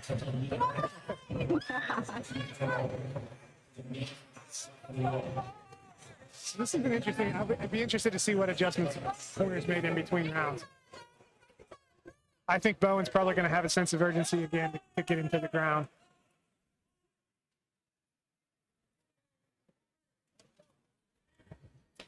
Little exchange back and forth from both fighters. Parks with a nice uppercut, just barely misses. Yeah, Parks trying to put some There's the shot. punches Good together. sprawl. Bowen does have a nice shot. I'm guessing that he has a wrestling background. Parks needs to keep sprawling that. He's doing a good job of sprawling the initial attempt, but he gets kind of lazy with the sprawls after, but he's able to finish it anyway. Bowen needs to do a reshot whenever he gets sprawled on. He does. Quan's still feinting some punches. I'd like to see him throw those punches a little bit. Oh, man. That was a nasty right hand. Yeah, that was. That was slick, man. missed That it. was I pretty. barely It was missed it. pretty. I looked down at my paper for 1 second. I didn't see any of that. Justin, you're the only one who got to see it. So Slip get it right the, in, yeah. Yeah, I'm not the stand-up guy, but it was pretty. I don't know.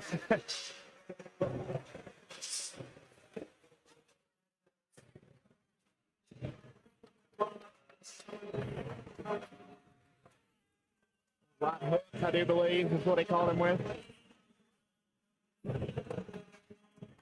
mean, he was landing that nice sniping right hand. Performance by Bowen, though. I really like. He's got good entrances on his shots. He does. Yeah. He needs to clean up some of the finishing mechanics and maybe just establish a little bit more control before he starts raining bombs. But I was impressed with what I saw from him in the first round. I think he's got a bright future ahead of him if he starts to clean some of those things up. I think so too. Or back him up on the cage if you want to pound, you know, that way they don't have to guard. Yeah, he looks. He definitely wrestled before. His shots are quick. Yeah, and good in on the single legs deep and then transitioning from the single to the double. I think you're right. I think the reshots, too, a few times he would have been able to finish. Because I think Parks was doing a good job sprawling initially with very heavy hips, and then he was just kind of getting a little bit lazy with that front hip, right? The one that really should be the one that's dragging the ground. I like to do a little butt bounce and then come back up.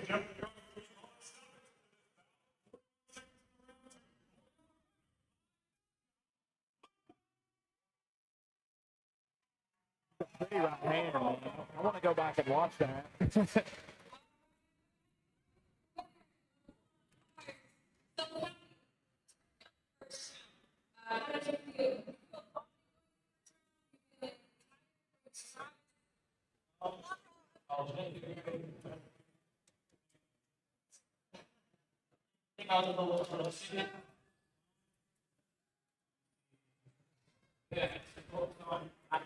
Take down, then whenever I get it, kind of got lost with them kicks. You really good shot, front punch. Is that something you can practice for? No, but I couldn't get out. All right, so take the knockout. How did that feel? How did it feel when you were soft in the ground? I thought I saw the ball over him coming. Dude, congratulations on your debut.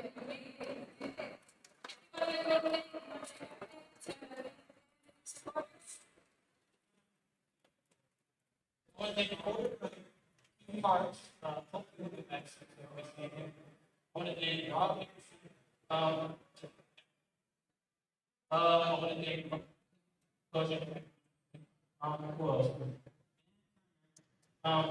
BJ Robinson, Corey, of course, well, I'm not just some people, but I did not make people.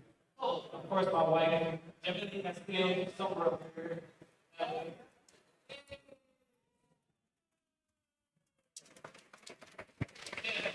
You know, All right.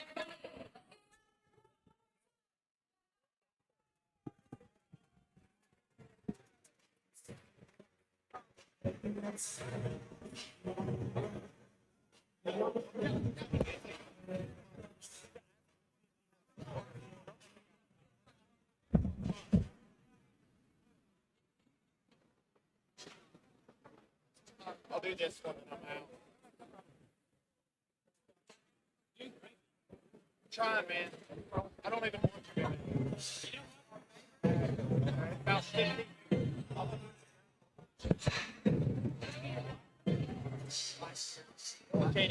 January. Dude, I really want to eat.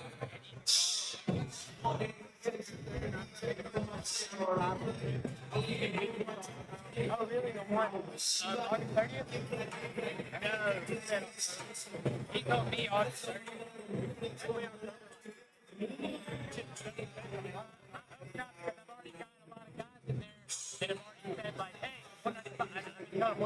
August 30th. Better double check it. Tell Bonnie he did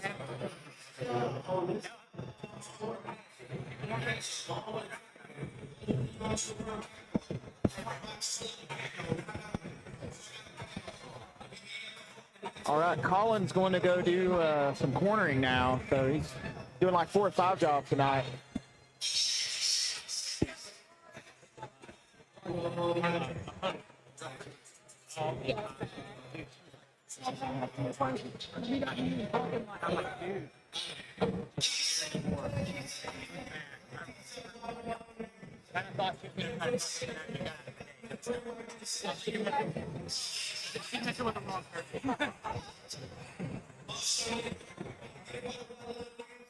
Yes, next up we got Lincoln Davis versus Jordan Patterson. Really amazing fight. You guys right now. know anything about these guys? Yeah, Lincoln Davis trains out of Hybrid MMA. This is his debut. He is a striker primarily.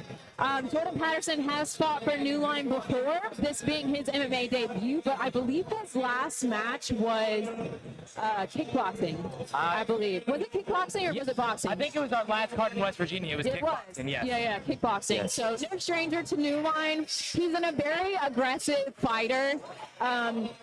I do believe this could have been a last-minute call for him. He was worried about his cardio, but he said, hey, if I got to make this a boring, like Ben Askren style, I wrestle him and get the victory, I will do it. So he's mostly a wrestler? Yeah, Yes. yeah. I think he said on his interview earlier that he was a pretty high-level wrestler in high school and stuff like that. Yes. He's got the one pants sleeve knee brace combo. He's definitely a wrestler. Yeah.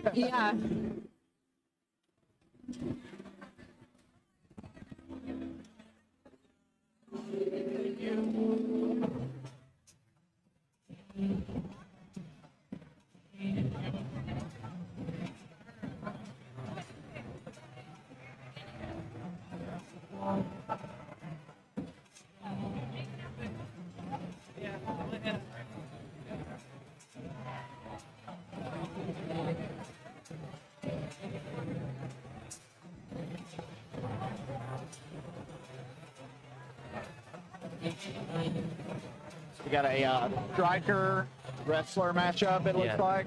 Versus, and then another guy out of Hybrid. That's a lot of guys from Hybrid in all of our matches so far. But as you can tell so far, like all of their guys are high level. They're calm.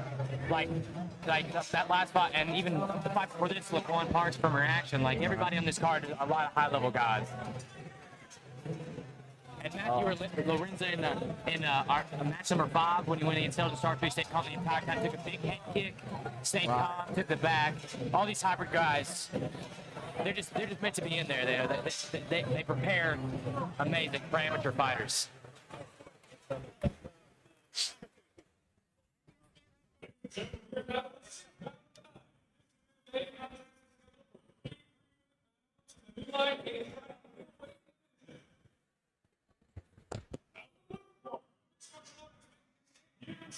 Can you smile?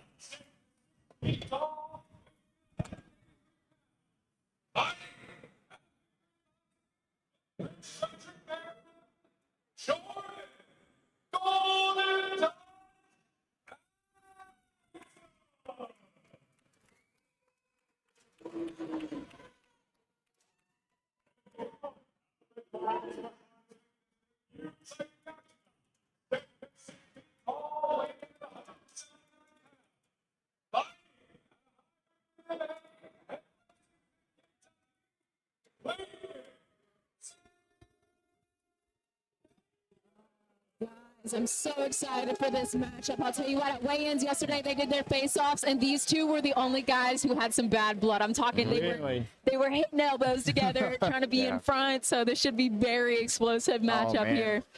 I could see it in their faces right now, man. They're very serious. Charged up. Very excited to Some see this respect fight. at the start, though. Good touch of gloves when we're off. Keeping his hands down so far. You can tell he's wanting to wrestle. Oh, yeah. Jordan Patterson. Strong jab from Lincoln Davis. Little trip. Almost caught that leg. Oh, Good jab. Yeah, he needs to keep those hands up. keep Oh, the my shit God. down. He's a little wild. Trying to go for I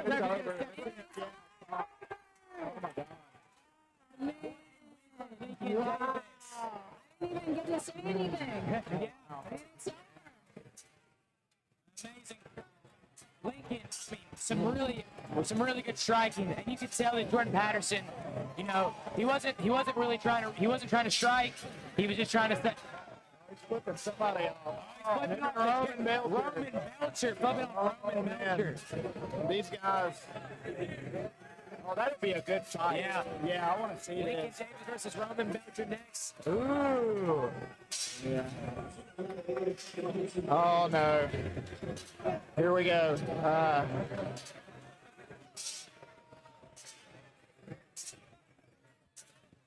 We have that team's trash talking here.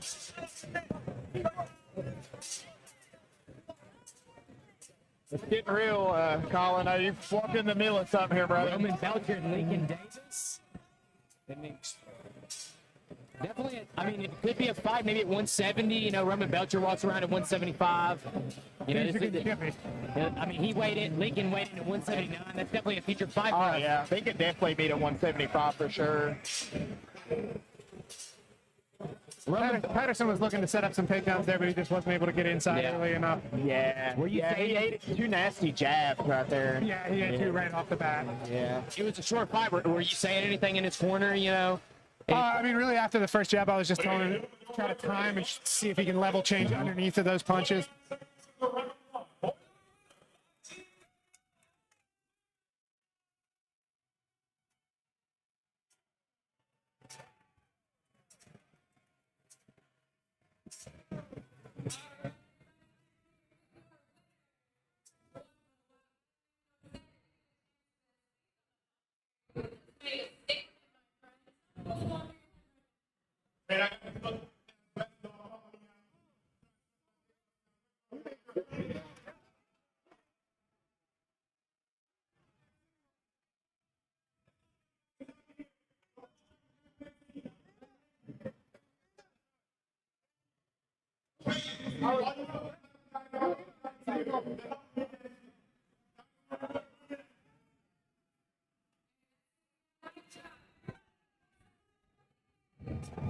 Amazing performance. All right, guys.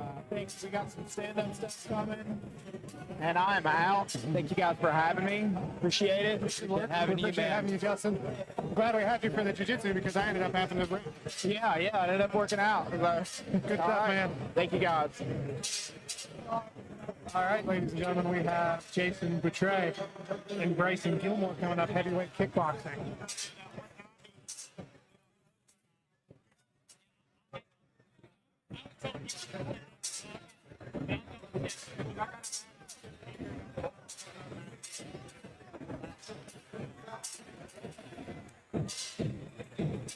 There's a lot of chirping going on between Davis and the reigning New Line champion, Roman Belcher. I think that's a fight we could very easily see at 170 here in the future.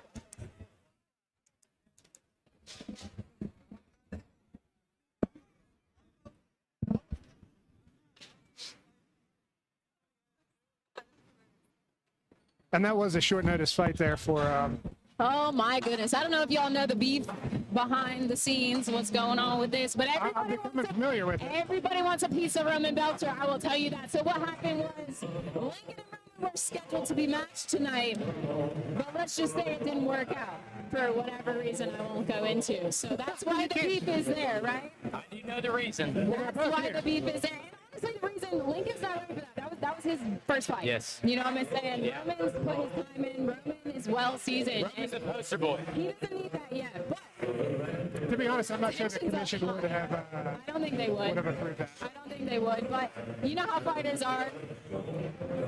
Every fighter has to have confidence. If they don't have confidence, they're not good at fighting usually. You know what I mean? That's an important part of this. Roman Belcher's over here still pacing. Some people have maybe a touch too much confidence. Yes. Yeah. But wow, what a performance! I mean, how can you not have confidence after a finish like that? Yeah, I missed what was the last punch that put him away? Was it another jab? I think it was a hook. No, I think it was a hook, dropped him, and man, he just pounded. It's 7, 8, 9, 10. I saw punches in there at the end. Patterson was in on a single leg, but he wasn't moving enough. You have to really work diligently when you're in those positions, especially if you just got dropped. He was kind of shooting just raw too. Like you gotta be careful with a good striker. Like you put your head out there like that, man, and you can get caught. Very excited fight up next. Bryson Gilmore versus Jason Buttry. Yeah, we have Bryson Gilmore walking out right now. He is trained by Get You Gains here in Lexington, Kentucky. I was super impressed with his performance in that last fight against, was that Michael Hobson? Michael Hobson. Yeah. Phenomenal performance. I'm interested to see him here. I mean, really good, long straight punches. You can tell that he's got a good boxing pedigree behind it. The difference between this fight and the one with Michael Hobson agreed to not throw kicks with Bryson Gilmore, but we'll see if Jason Buttry has had the same agreement with him. So we could see some kicks and see how Bryson deals with kicks. I'll be honest, I had forgotten that was a kickboxing fight because they didn't throw any kicks. Gentleman's agreement. Yeah, I think the same with this one. Yeah, is what we're going. Cool. Yeah, so we might just see only hands here, but. Nah, Jason's gonna come out with a flying. Oh, it's Kentucky. Yeah, it's Kentucky. Technically, we can't do amateur boxing. Hopefully, one day that'll be changed. No, I'll tell you what, they did pass a legislation to legalize amateur boxing in Kentucky, but you know how it goes through the House, goes through the Senate. Now it was both approved, but we have to wait until it becomes an official law. Takes a long time.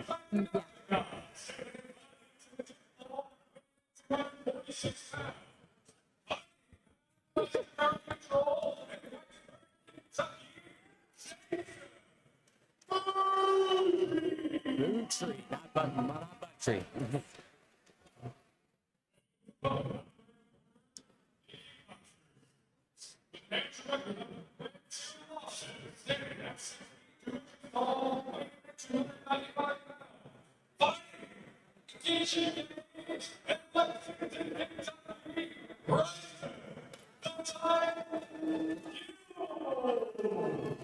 Very excited to fight. Some very heavy hitters here. And so far, ladies and gentlemen, we are, 5-0, 6-0, whatever it is for the red corner. Yeah. Red's got some luck tonight. Yeah.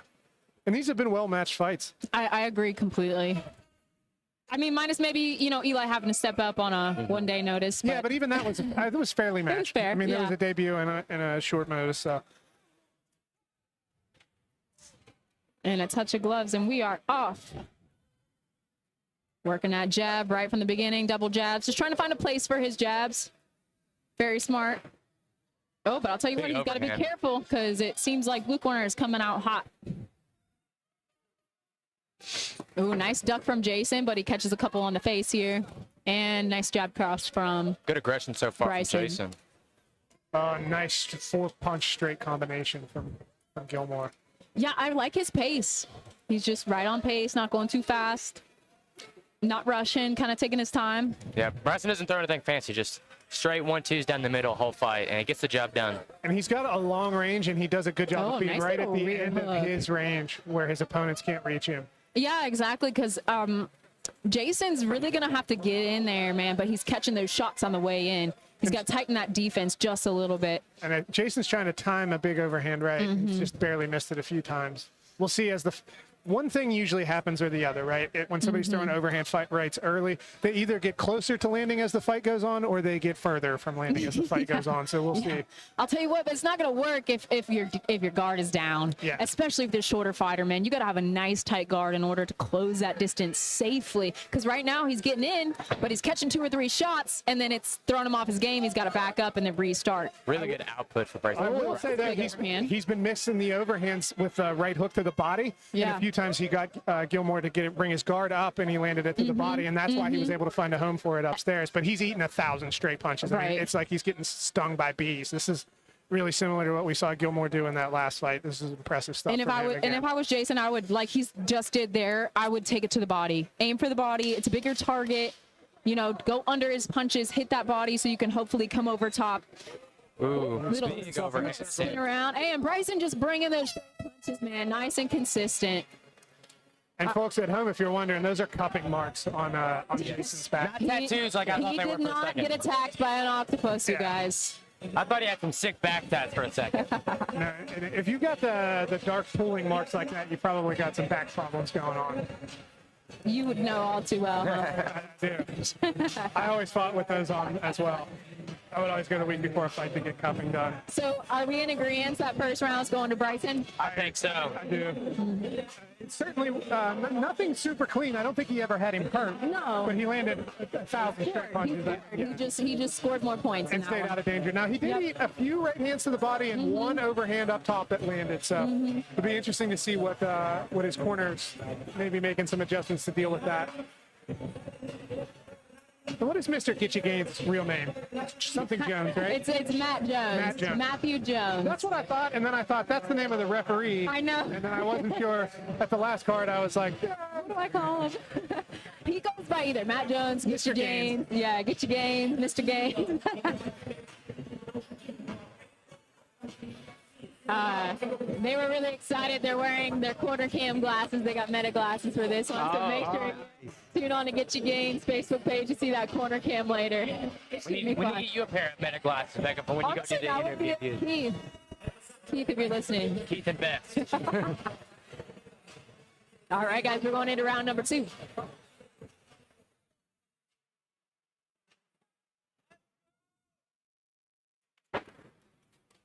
Oh, More straight punches. Yeah, more straight. He's doing a good job backing up and punching. and his footwork is so smooth, right? He's never crossing his feet. He's never too far away. He's never running away. Which is sometimes rare for a big guy. Yes. Yeah. You know, sometimes they're a little clumsy on their feet, but he's doing a fantastic job of keeping that nice boxing stance.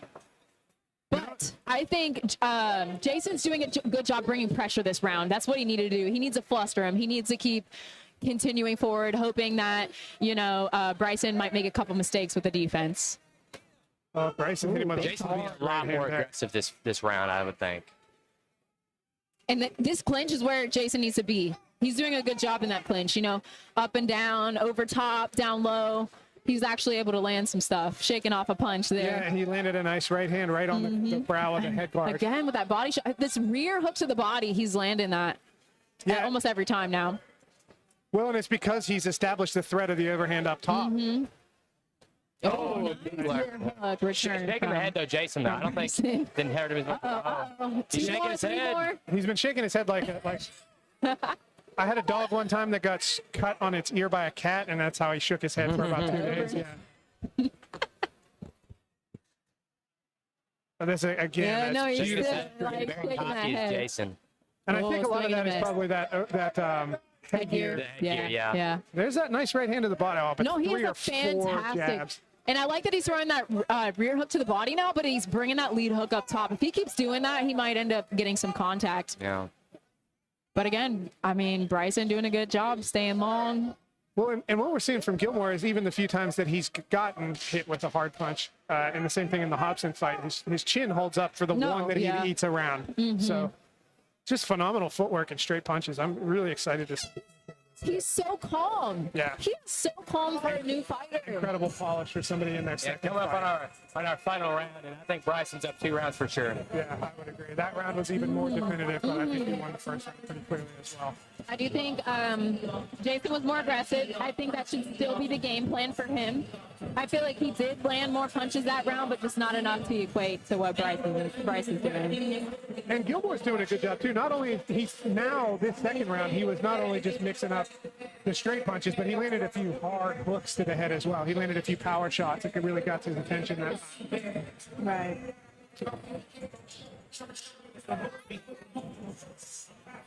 If you guys had any advice to give to Jason right now since he's losing this fight, what would you say? I would tell him more of the same. He needs to stay in his face. I might even tell him to work from the clinch a bit more, because technically this is a kickboxing fight, right? As long as he's active in the clinch, they'll let him work. So the referee will let him work. We can work a lot of dirty boxing. Not to start throwing knees or stuff. That would be Yeah. But make it a dirty fight. Take advantage of the fact that they're going to let you work more. That's what his coach was saying, Bring it in tight, keep your guard tight. All good things. Because really, on somebody that has that good movement and straight punches, you're going to have to enter with head movement. Yes. And that's not something you're going to learn in between rounds, unfortunately. And it's timing, too. It's figuring out the timing of Bryce. He's tricky, Yeah. But You know where my bucket is? Like I said, Bryson doesn't throw up anything fancy, nothing stylish, but he gets the job done. It's basics. And boxing through and through is whose basics are better. Who can consistently look at that jab, just nice and tight, right hand tight, backing him down now. Oh, another little flurry with the jabs. Oh, good work in close. I think Bryson knows fighting these other guys that are also, you know, just getting started in the boxing. He doesn't need to do anything special to get the job done. Right. Still so calm. I think he might even be smiling a little bit. And an amazing gas tank for Bryson too. You know, you see some you know, different styles of gas tanks when it comes to heavyweight fighting. He did eat one right hook in. Jason coming alive a little bit. Oh, man, he said, screw this headgear. I'm going to get in there. I think he knows he's down on the scorecards for sure. I think he's trying to win this fight. And one thing I was going to say is it's really unfortunate for him that the headgear is bothering him that much because it's stopping him from being able to counter with any of his shots, right? Yeah. Because every time he gets touched by 7 or 8 straight punches, he's shaking his head trying to get the headgear squared away again. Yeah, I think headgear, you know, it definitely protects the fighters, but it also does get in the way at the same time. It's a, you know, good and evil, you know. You know, I'm not entirely sure that it protects them. Actually, I did read a study. You receive more brain damage from wearing headgear than not because people will hit you harder because they think you're safe. So you're going to take way more damage. Your head is also heavier. Yeah. It's a, you know, your head is Move the table.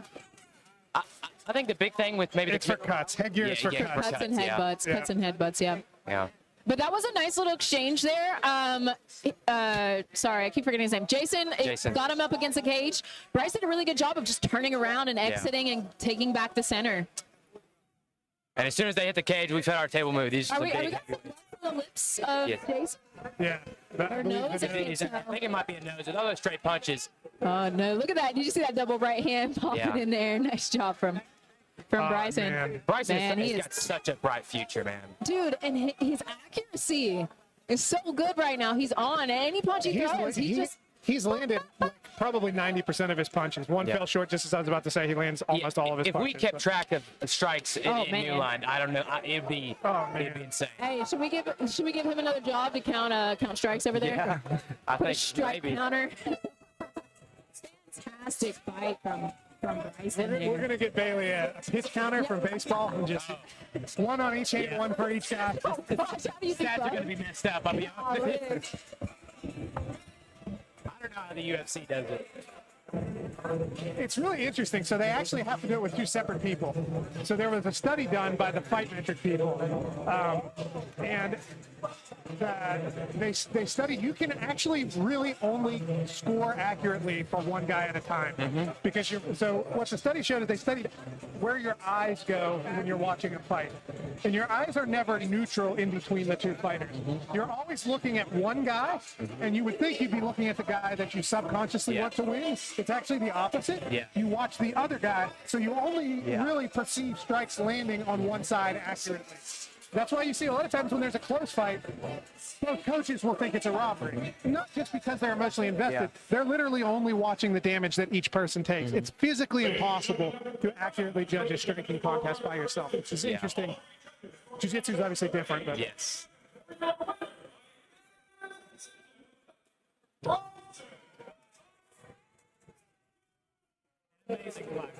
Incredible stuff that goes on. Such a humble guy as well.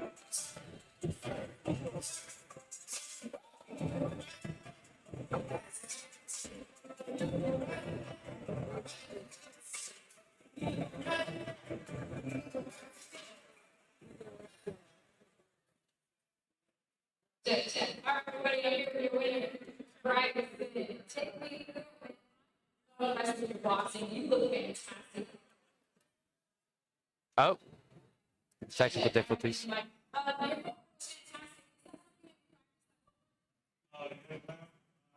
Practiced a lot from first day, learned to get more looks in there, more because I know around.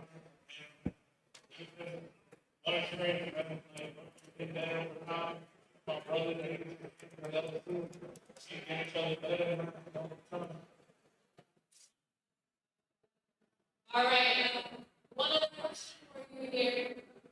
It looks like you are completely comfortable in there. Is that true? Yes, ma'am.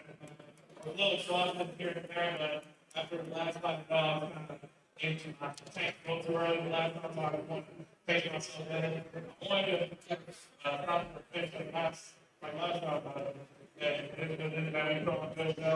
good great fight, both parties, and I can't believe it. Thanks to that much for getting it.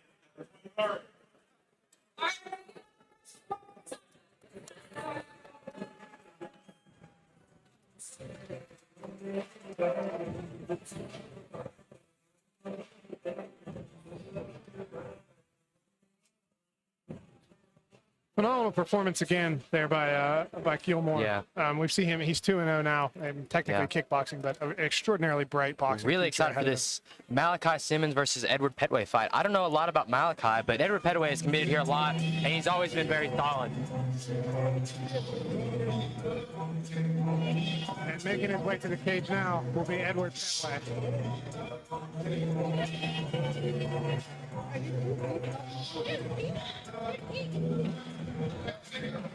Now, we last saw Pway in boxing against Jordan Patterson, who fought earlier on the card. He looked really, really good in that fight. In fact, I would say it's the best he's looked so far. He's got Zach Wild in his corner. I believe he trains out of Butch Hiles, MMA. Guys, I love Pway so much. Man, he has come so far. Yes. From his debut. Yeah, from that debut first fight that he Oh my gosh. I think maybe in Bridgeport, but he's a phenomenally nice human being too. He's one of those guys that you just want him to do well whenever you talk to him. Truly a student of the game. I mean, every time I see him, what can I do better? What do I need to work on? Thank you for your commentary. I've learned a lot from it. Like, it's just respect all the way around, student of the game, and he's going to go places. And this is an interesting matchup. I mean, Malachi Simmons is a tough out, too, right? Like, this is a great fight. I know, and I don't know how Pway's chin's going to hold up. I mean, we've seen him finish. We have. And we've seen Malachi Simmons give out finishes Now, in knockouts. the one thing I will say is I believe Pway was fighting up at 185 in a couple of the fights. I think so. That he got finished in. I think 170 is a more natural weight class for him. And I think he's got a bigger frame than Malachi. So it'll be interesting to see how that power dynamic plays out. Yes.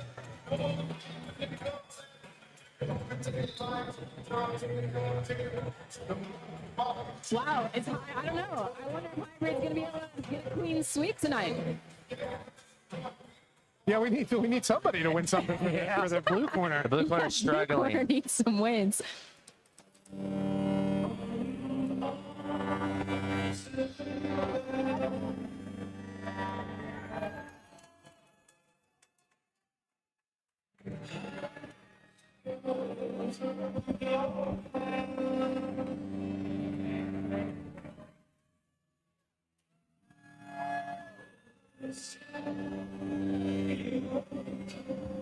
And here comes Malachi Simmons from Hybrid MMA, coached by Sean Stefanik, coming off a fantastic last performance, a head kick knockout. What was that, like first 45 seconds or less? With the Sweet Chin music, right? Kind of the high turning side kick. That's who this, oh, yeah. Yes, that's who Sweet this Chin, is. yes.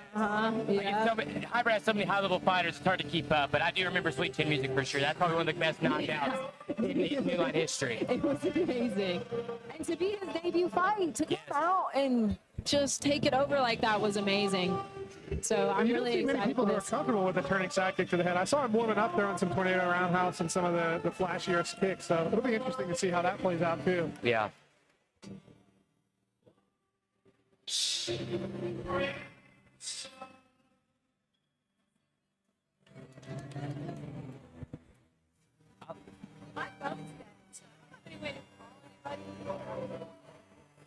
I think this is a fight that we could see. I think someone's getting finished in this fight.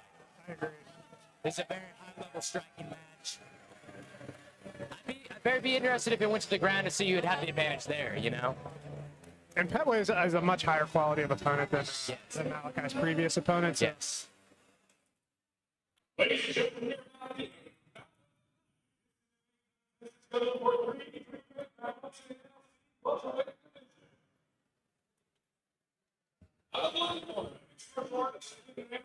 two wins, 2 losses. All weighing in the 67 pounds. And Charles, West Virginia.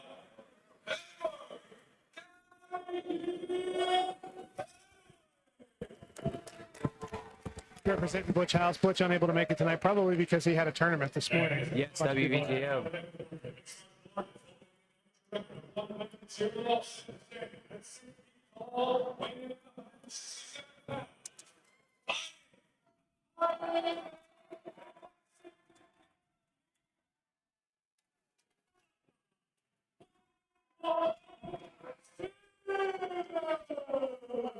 And Malachi did weigh in at 167, which kind of confirms what I was suspecting earlier, which is that he's on the smaller side of a welterweight. Pway, you can just tell in the cage that he looks like the bigger opponent here. Yeah. And I believe he's got some age experience advantage as well, so he's probably going to have a little bit more of that grown man strength. It'll be interesting to see how this fight plays out. Touch glove and take the center. Pway working behind that jab from southpaw again. Already throwing those kicks as Malachi. Malachi reaching in with that inside calf kick quite a bit. He's going really hard after the calf. He uses that jumping roundhouse, the scissor jumping roundhouse. I feel like Simmons definitely has like a karate style when it comes to striking. You can just tell by the kicks he throws. Yeah, I would describe it more Taekwondo, but yeah, very much, especially that scissor jumping kick. That smile from Pway says it all. He's enjoying himself. I think he felt like he was doing it. He has a good read on those high kicks. He was able to catch them on his forearm so far. Malachi's starting to work for... Ooh, good shot by Simmons. Malachi gets the outside trip, Kosoto Gake. So we see the half guard here. Or maybe he's already in mount. I can't see. I think he's in mount. Now he's in mount. This a good attempt to bridge from Pway, but he was very tight. Staying on tight. Doesn't want to suffer any ground to pound here. Right. And the thing is, you need to let go of that head so you can get hands on his. He's going to give up his back here. He's going to give up his back, but I believe he's going to be able to stand. Nice. He's going to be able to stand. He's got a hook Can you shake him off? He's only got a single hook in, and he's not super deep on the choke yet. I believe we're going to see Pway be able to work his way out of this. Although it's very early to tell. Yeah, and he's able to free that one hook. He's going to get that other hook in soon. Simmons does a good job of getting that butterfly hook. He might have a stand really good choke. That might be it. It's very difficult to finish from that angle, though. Is he even still locked in? He's tapping. He's tapping. Yeah, that's it. Good finish from that. That's all she wrote. Simmons did a good job with that Kosoto. Really good wrestling by Malachi. As I say, the fight went to the ground. I really was curious to see who'd have the advantage, and Malachi definitely had the advantage there. Really amazing performance.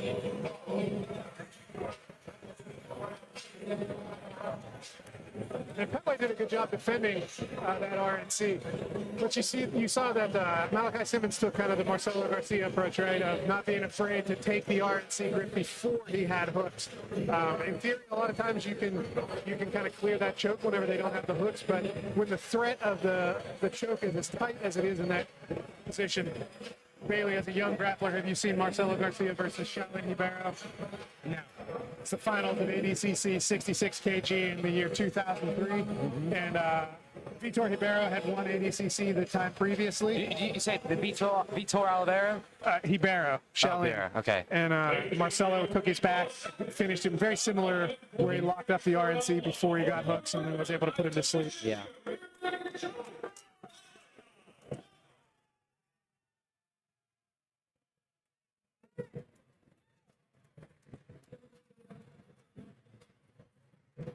Some stuff.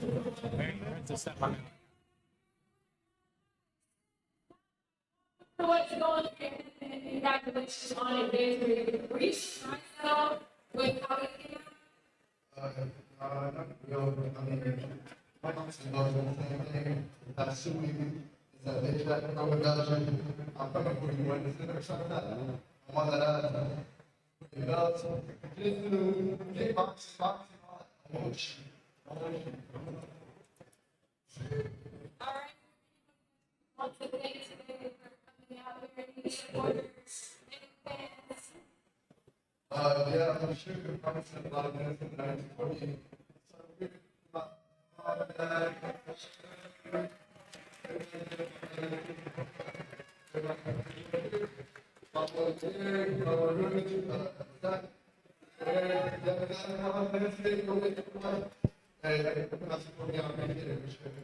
So, So it's not been all like big soup.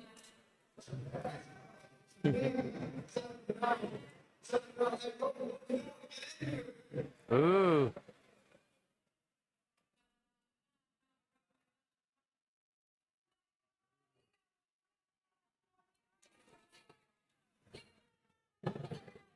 Remember, Belcher angry that the commission rightly stopped him. Yes. Jerry Van Zandt. Good decision In the from body like run from Butcher Simon. Probably the best idea. All right, ladies and gentlemen, we're going to step away here for a few minutes. We'll be back. Yeah, 15 intermission. I don't think they hate him. They just know he's the best.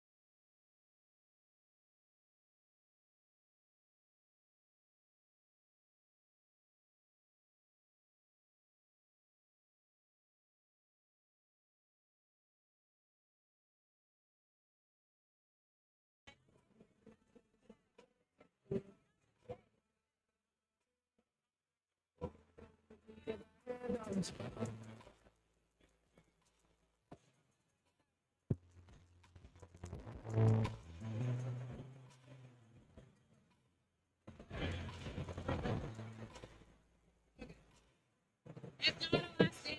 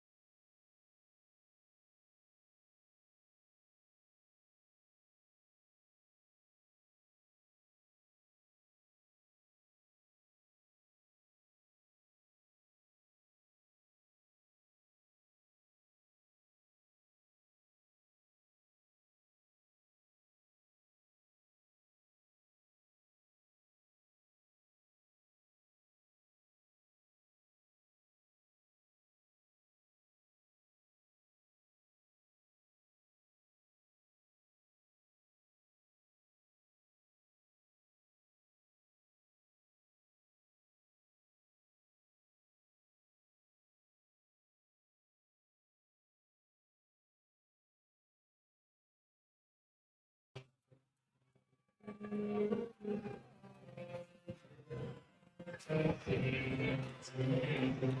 ladies and gentlemen, we are making his way to the cage now. Derek Crider.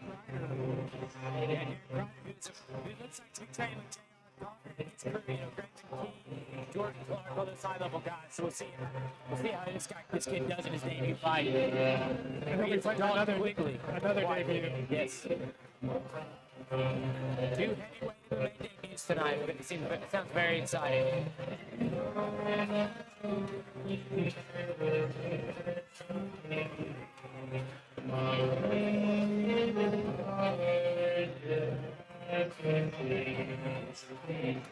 So far, halfway through, this has been an amazing card. Some really good finishes, some really good submissions.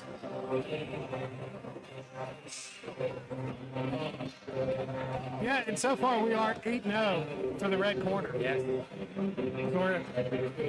It's a good day to be a hometown guy. Yeah.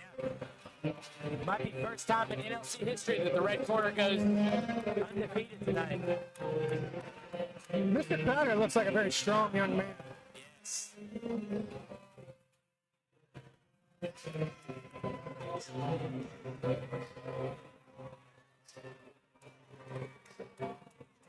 Short, compact, strong, heavyweight. This will be an interesting matchup.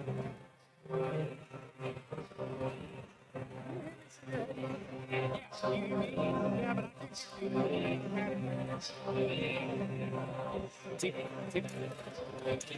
Keep talking. Let me see if I can't tell if I'm hearing you outside the headphones or inside the headphones. Oh, gotcha. Yeah. Can you hear me?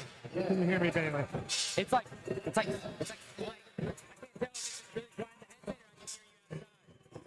I think we got some adjustments happening. There we go. Check. All right, ladies and gentlemen. Looks like to be another hybrid guy tonight. And Quigley.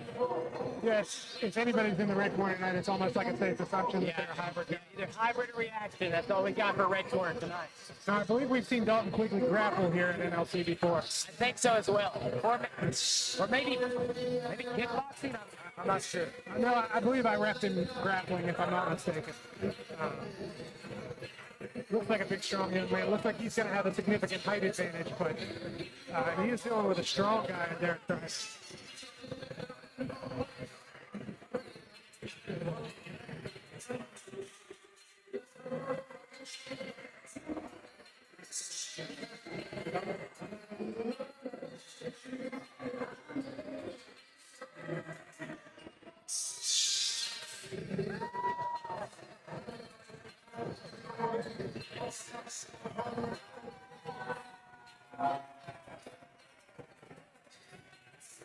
I'm not sure what we lost second to.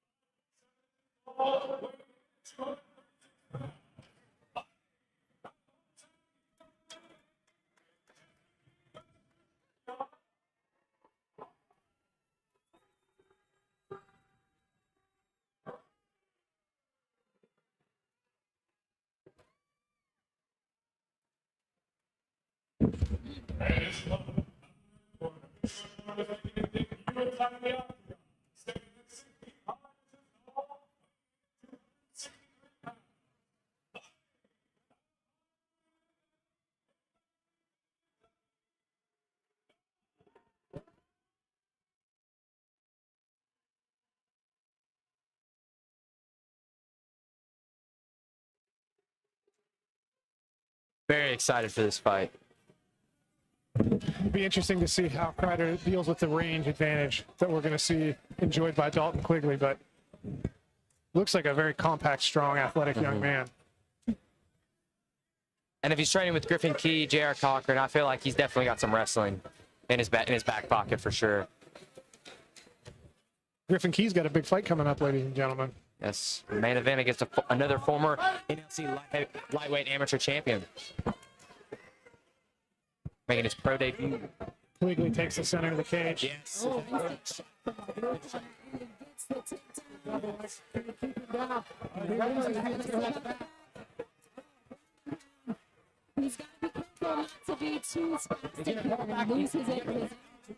Beautiful back arch. Beautiful. And the ground and pound continues. Very aggressive. Quigley looking to set up a high guard and armbar, but it's going to be difficult on a guy with that kind of posture who's standing up above you. Doing a good job of keeping square. Such a strong guy. He's bringing punches of his own from the back. Yeah, he actually made Crider reset for a second there.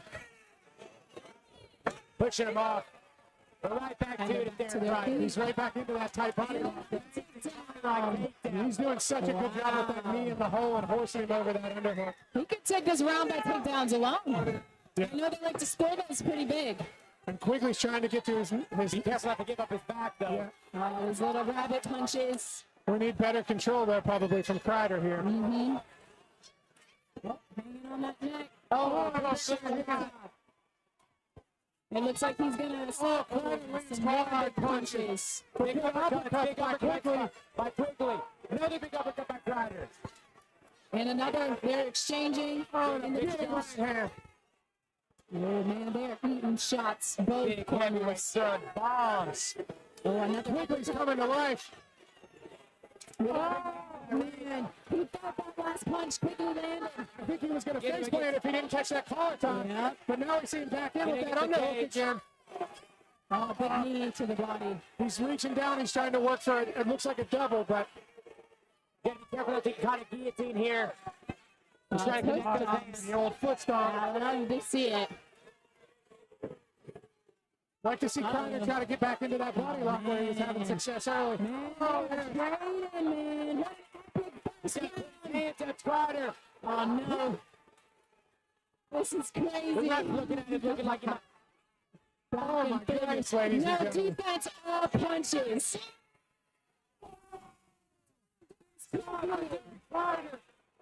Down goes Quigley again. Crider was getting the last of those exchanges and killed that punch. when you're exhausted. I don't know if he's gonna be able to finish this fight. Quigley's hurt and tired himself though. Man, are they going to have energy for the next 2 rounds? Man, the crowd going absolutely We got to be on a wild. short time here, ladies and gentlemen. Crider's looking to put him away. That's 10 seconds left. Good guard work. Seconds Good left. guard work by Quigley. Quigley trying to work in the back. Crider. Crider dogs him back down. Get some shots in. What a round. Explosive round. Round of the year at NLC territory right there. Come back from an intermission. Straight action. All gas, no breaks. Quigley was, I believe, getting the better of those stand-up exchanges and he hurt Crider really badly until that big left hand landed. Yep. If I had to score that round, I'd give it to the blue corner just off those 2 takedowns. 2 takedowns and that knockdown, I think, was the most significant moment as well. How did they recover from that? They broke the gas thing there. At the very beginning of the round, this could be interesting. Beautiful finishes on those body lock takedowns from Crider. Very impressed with his Greco. You don't see many people with good high-level Greco. We saw him shoot a good double that he was able to finish, and then also finish the body locks later on. Just based on posture alone, we're looking like the red corners are a little composed here. Well, and he is from a more established gym and has a more established corner. Yeah. Training with higher level guys.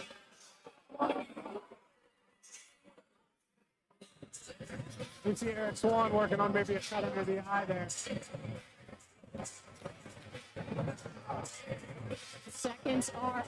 We are about to have another explosive round. Do you guys think they're going to come out as explosive?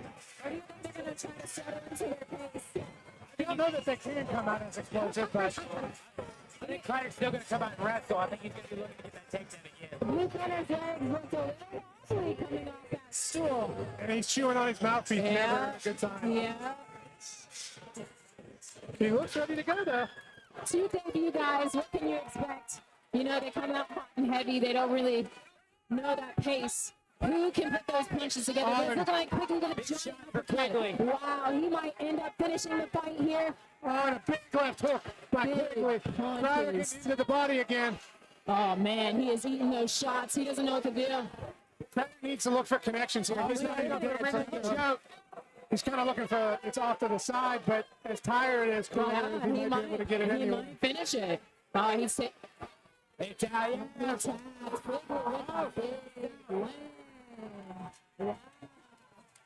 Ladies and gentlemen, what a fantastic fight. Truly impressive performance turned in by both of these gentlemen. I can't wait to have Derek Crider back. I think Derek Crider was all the way out. I think he just kind of fell over because of exhaustion. I think he was exhausted, and the combination of that and lack of blood flow for that was a long time that he was in that choke. It's, maybe 60 to 80% blood restriction. But Quigley did what he needed to do, right? He came back out and he started putting punches together, landing those big uppercuts that he was landing earlier. And then the big left hook, I think, was really the kind of the final nail in the coffin there. But I think Derek Crider did amazing, but he hit his load too quick. He did. But we saw a good mix of striking in the clinch and the wrestling from him. I think once he gets a little more polish and on some of those outside striking exchanges, but it was a clean double that he shot on the inside too. Yes. Impressive stuff by Crider. Those body lock But Doug takedowns Quigley doing exactly what he needed to do, recovering and getting a beautiful victory. Super impressive stuff from Dalton Quigley.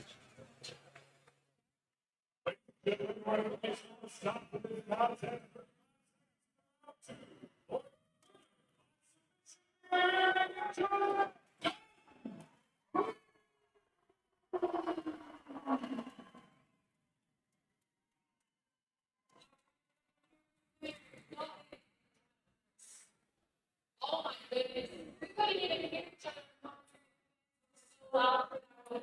What's going on? The last one, maybe.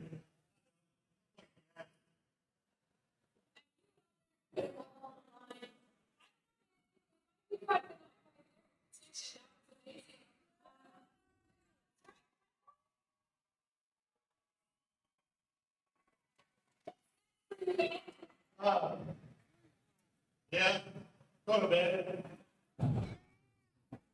My bed. I'm fucking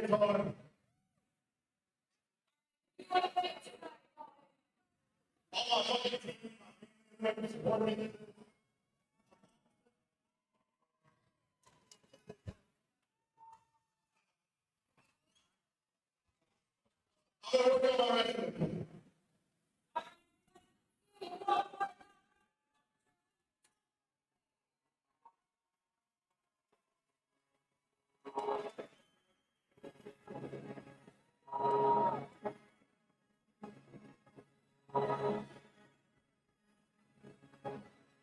Ooh, all right, ladies and gentlemen, we've got heavyweight kickboxing coming up next. Ram Elkins. I don't know if I can handle another heavyweight fight. Oh my God. I think this one will probably be a bit slower for us. Ram Elkins and Eric Hidenright, I believe is how you would say that. Hidenright. Making his debut. Making his debut. We got 2 minutes. And I believe this may be another one of those gentlemen's agreements fights. But Ram Elkins is actually a kickboxer, so I'm interested to see him if he ever actually gets to throw them. But It was funny when I interviewed both. Ram's like, I want to throw kicks. Eric's like, I don't know, man. I'm a boxer. I wouldn't want to be kicked by those legs. Yeah, that's what he said. I don't want those legs. I think Ram is walking up first here. Ram Elkins. He kind of trains a little bit of everywhere. Out of West Virginia, he trains the doghouse with Mike Shepard. He goes up to Sam Jones' gym. He's well around the state of West Virginia. You know, he's traveling, he's fighting. he's got some nice new American flag shorts on. Hell yeah. Walking out the Tyler Childers. I really feel like he's getting better every fight. Yeah, you every know? time we see him, he a looks little better. more confident. I feel like that was what he was really lacking in the beginning, was confidence. He was punches out, but never really going for it. And I feel like that's coming a long way. And him and Adam Moore have both grown from the fights that they've shared, even though Ram dropped that last one as well. That was a phenomenal fight, and both of them looked better than they did in the previous match. I I'm a huge fan of Ram. He's such a sweetheart. Yeah, he's really such a good human sweetheart. being too. Yeah. Always somebody I look forward to seeing at the show.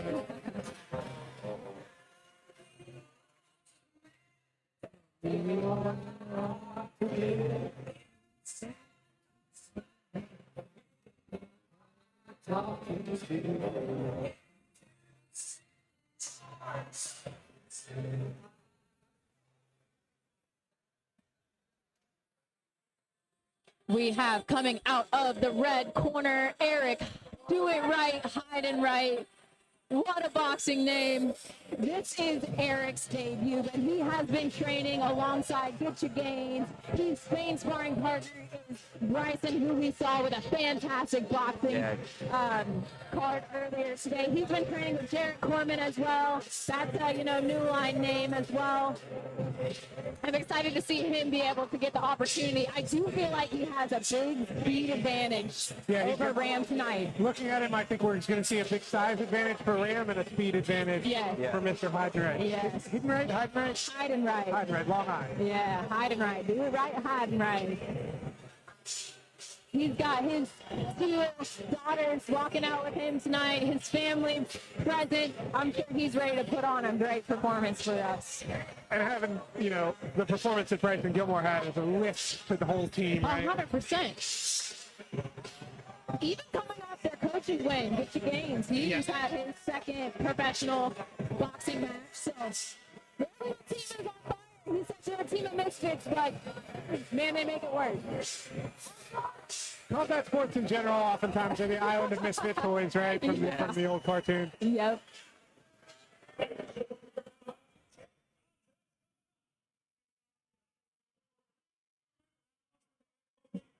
Last kickboxing fight of the night.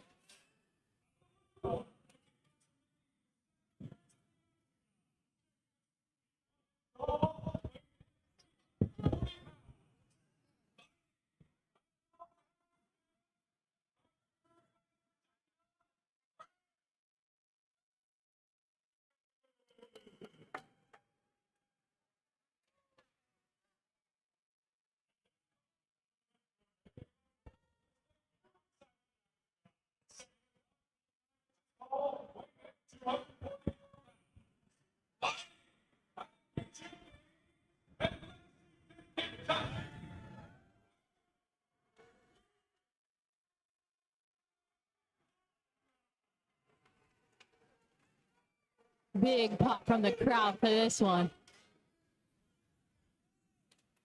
Ram's got quite a bit of a weight advantage. We'll see how this fight plays out. Honestly, he might even have a reach advantage. I think he does. Good reach advantage, too. Yeah. So it's really going to be all about who comes out, who starts off with that jab, who can find a home for their punch. And if Hidenright can get inside. Yes, and whose defense is Hidenright a looks little like better. a strong man himself. Yeah. He said he has a powerlifting background. His back certainly looks like it. Oh, nice body shot. I bet Ram felt that one. I could hear the pop. Ram trying to scrap in there. Looks like Hidenright getting a little excited. Maybe not too sure how to handle that close range. Now, Ram did land a short right hand in that exchange, actually. One of the cleaner punches I've seen Ram land. I am impressed with Hidenright's ability to say, hold on, this is a little too crazy. Let me back up. Let me recenter and start again. Ram put together a couple left hooks and a right hand behind it. Nice hook there from Ram. Ram honestly looks much better than he has in his previous outings. He's acting patient. Nice body shot again in there from Hidenright.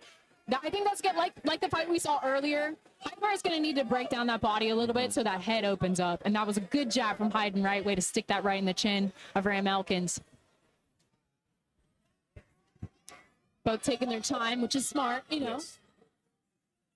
Nice body again to the body. He's hitting that same spot. Big deep breath from Hidenright. Ram doing a good job keeping some range. Ram's a big man when he leans on you in those clinching exchanges, too. And he kind of was, holding the head a little bit, keeping a frame going. Good body shot. Tough. We'll see to come Hidenright back. land that jab to the body after he landed one upstairs a few seconds ago. Hey, good job by Ram by sneaking those punches in. By both men. Hidenright trying to capitalize in that clinch. again, good Hidenright job. taking a big deep breath already. I'm not sure if he's just trying to keep his composure or if he's starting to feel some fatigue. It is his debut fight. You know, Rams a lot of experience in there. A lot of boxing fights. And sparring is one thing, but when you sit on the stage, he's probably having that adrenaline dump, you know?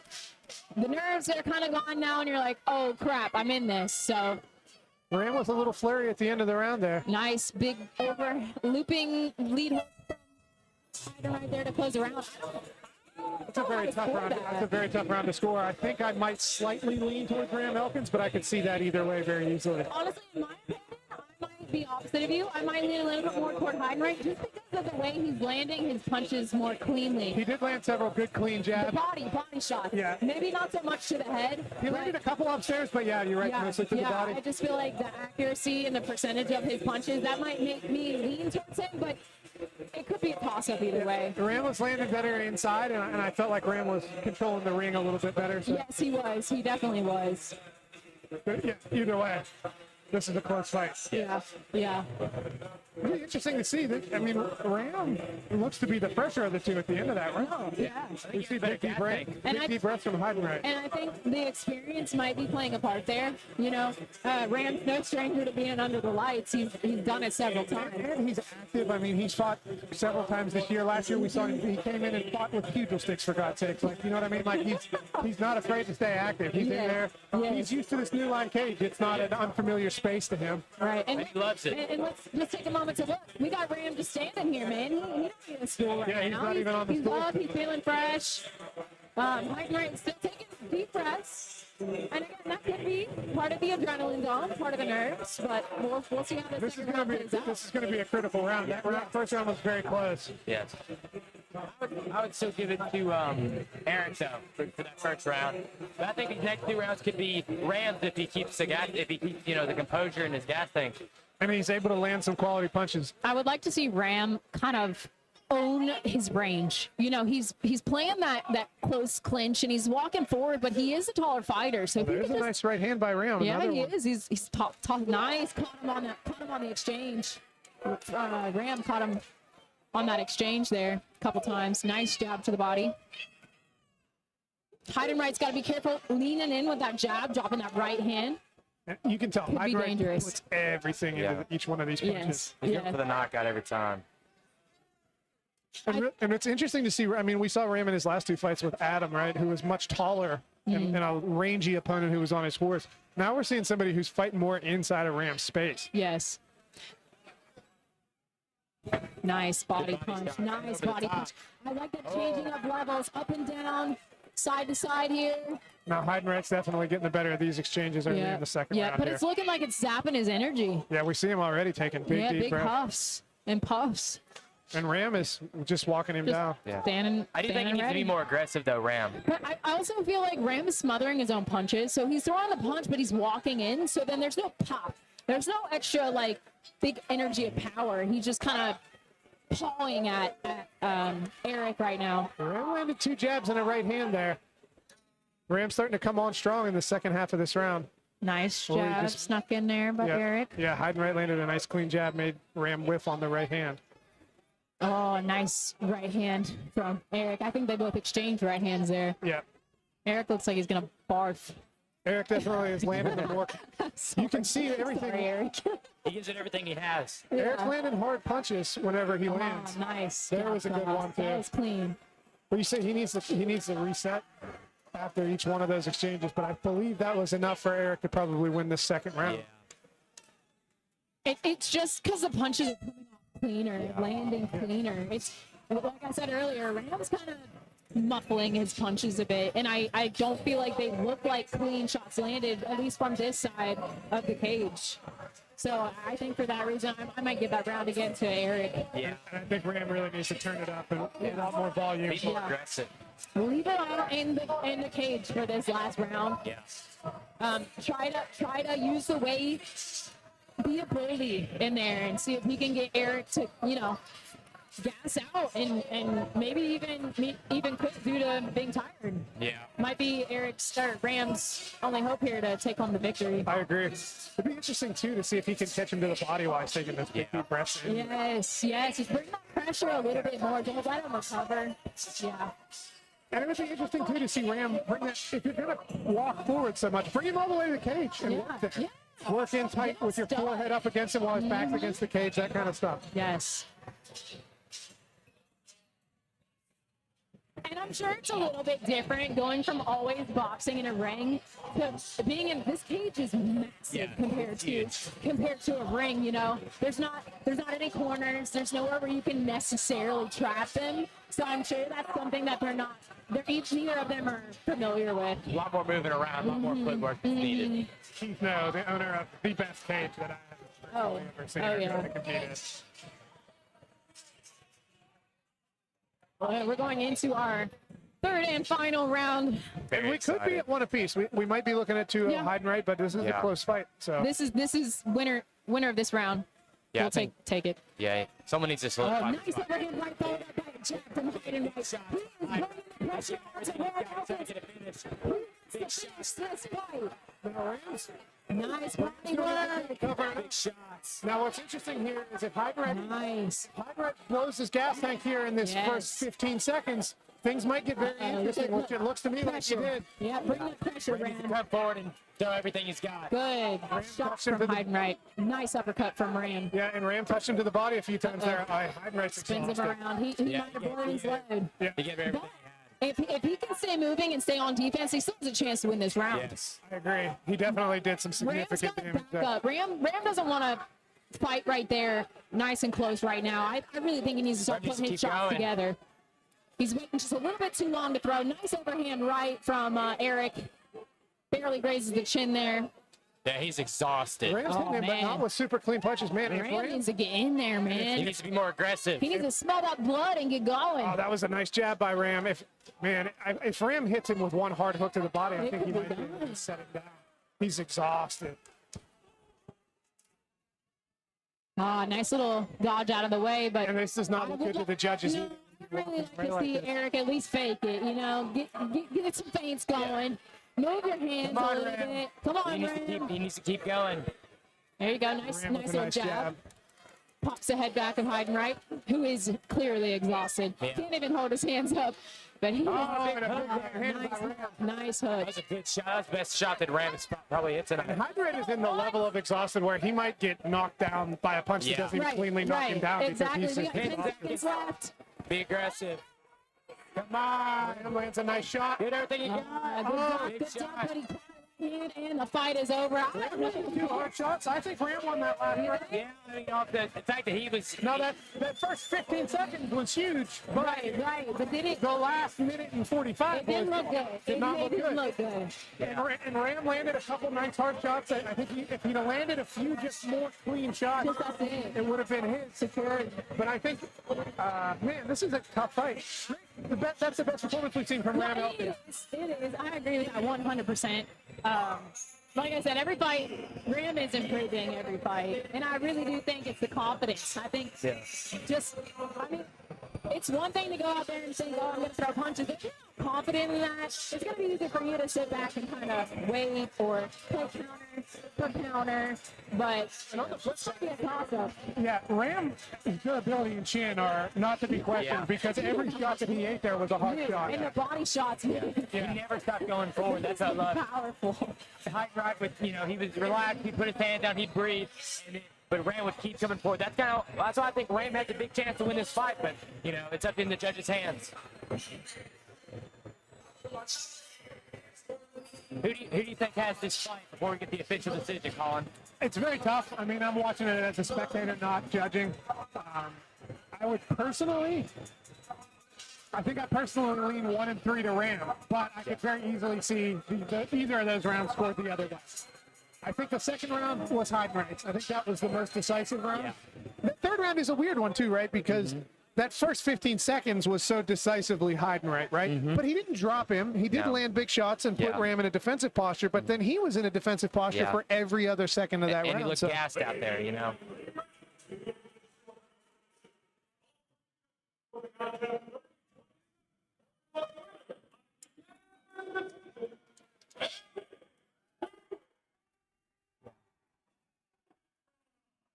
Understandable decision. Yeah. Like like I said, that first and third round were close enough that I could see them going to Hidenright too. So.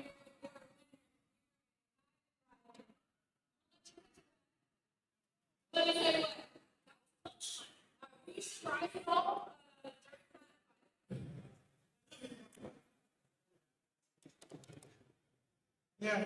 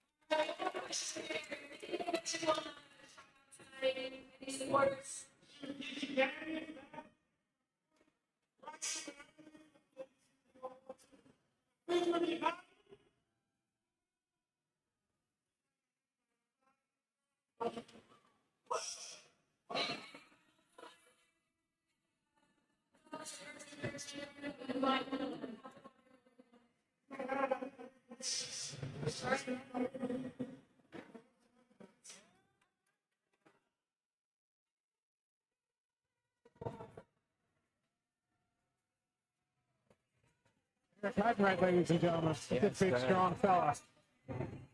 Next up, we got Chica Okafur versus Brody Folks. Chica Okafur 0-1 in lightweight MMA. Brody Folks making his debut tonight, but is a pretty accomplished kickboxer for New Line. Yeah, we've seen Brody in kickboxing a number of times. Really, really impressive stuff. And I was actually talking earlier with Justin Turner, who trains with Brody. And he said that Brody's been doing jiu-jitsu just as long as he's been doing kickboxing. So yeah, he's interested to see him put everything together and throw him on. Were you surprised by that decision? Unanimous 30-27 a bit, but I could see either one of those, that first and third, I could see going that direction. So I'd give the third personally to Ram. I'd give the third to Ram. But getting into this next fight, though, I am so excited because not only is Brody Folks an accomplished kickboxer, but he's done grappling for New Line as well. He's a really good blue belt, and I think anywhere this fight goes, Brody is going to be safe and he's going to be comfortable. The crowd is cheering Brody. He was rocking the Donatello headband. I believe they had Ninja Turtle headbands on. Some of them did at least. Eric Kuhn's got the Leonardo. The Category 5 Ninja Turtles. Well, they do have Master Splinter Chang. Yeah. The least Asian-looking man named Chang on the planet in the corner tonight, ladies and gentlemen.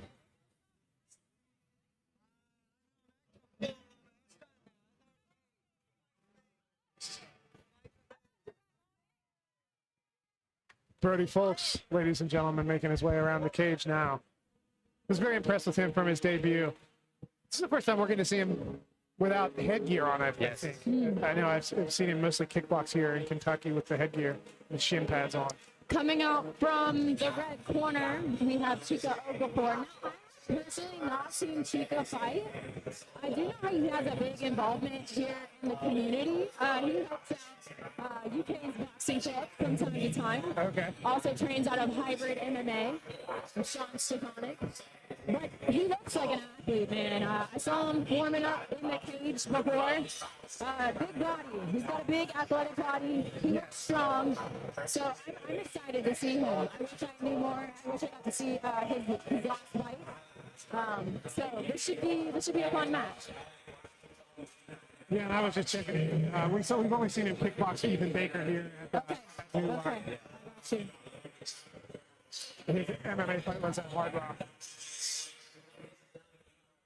This will be an interesting match because obviously Brody is very comfortable on his feet as well. Yeah, so yeah. We got an interesting matchup here. To me, we might be seeing, in my opinion, again, I don't know if she goes super well, but we're looking at all-around skill and knowledge versus a powerhouse, right? So which wins here? Is Brody get caught by the power, or is he going to be able to use the IQ and knowledge to bend the fight how he wants it to go? Yeah, so far in that red corner, 10-0 against the blue corner. Will this change? It's crazy as that one event we had where we had like 15 finishes.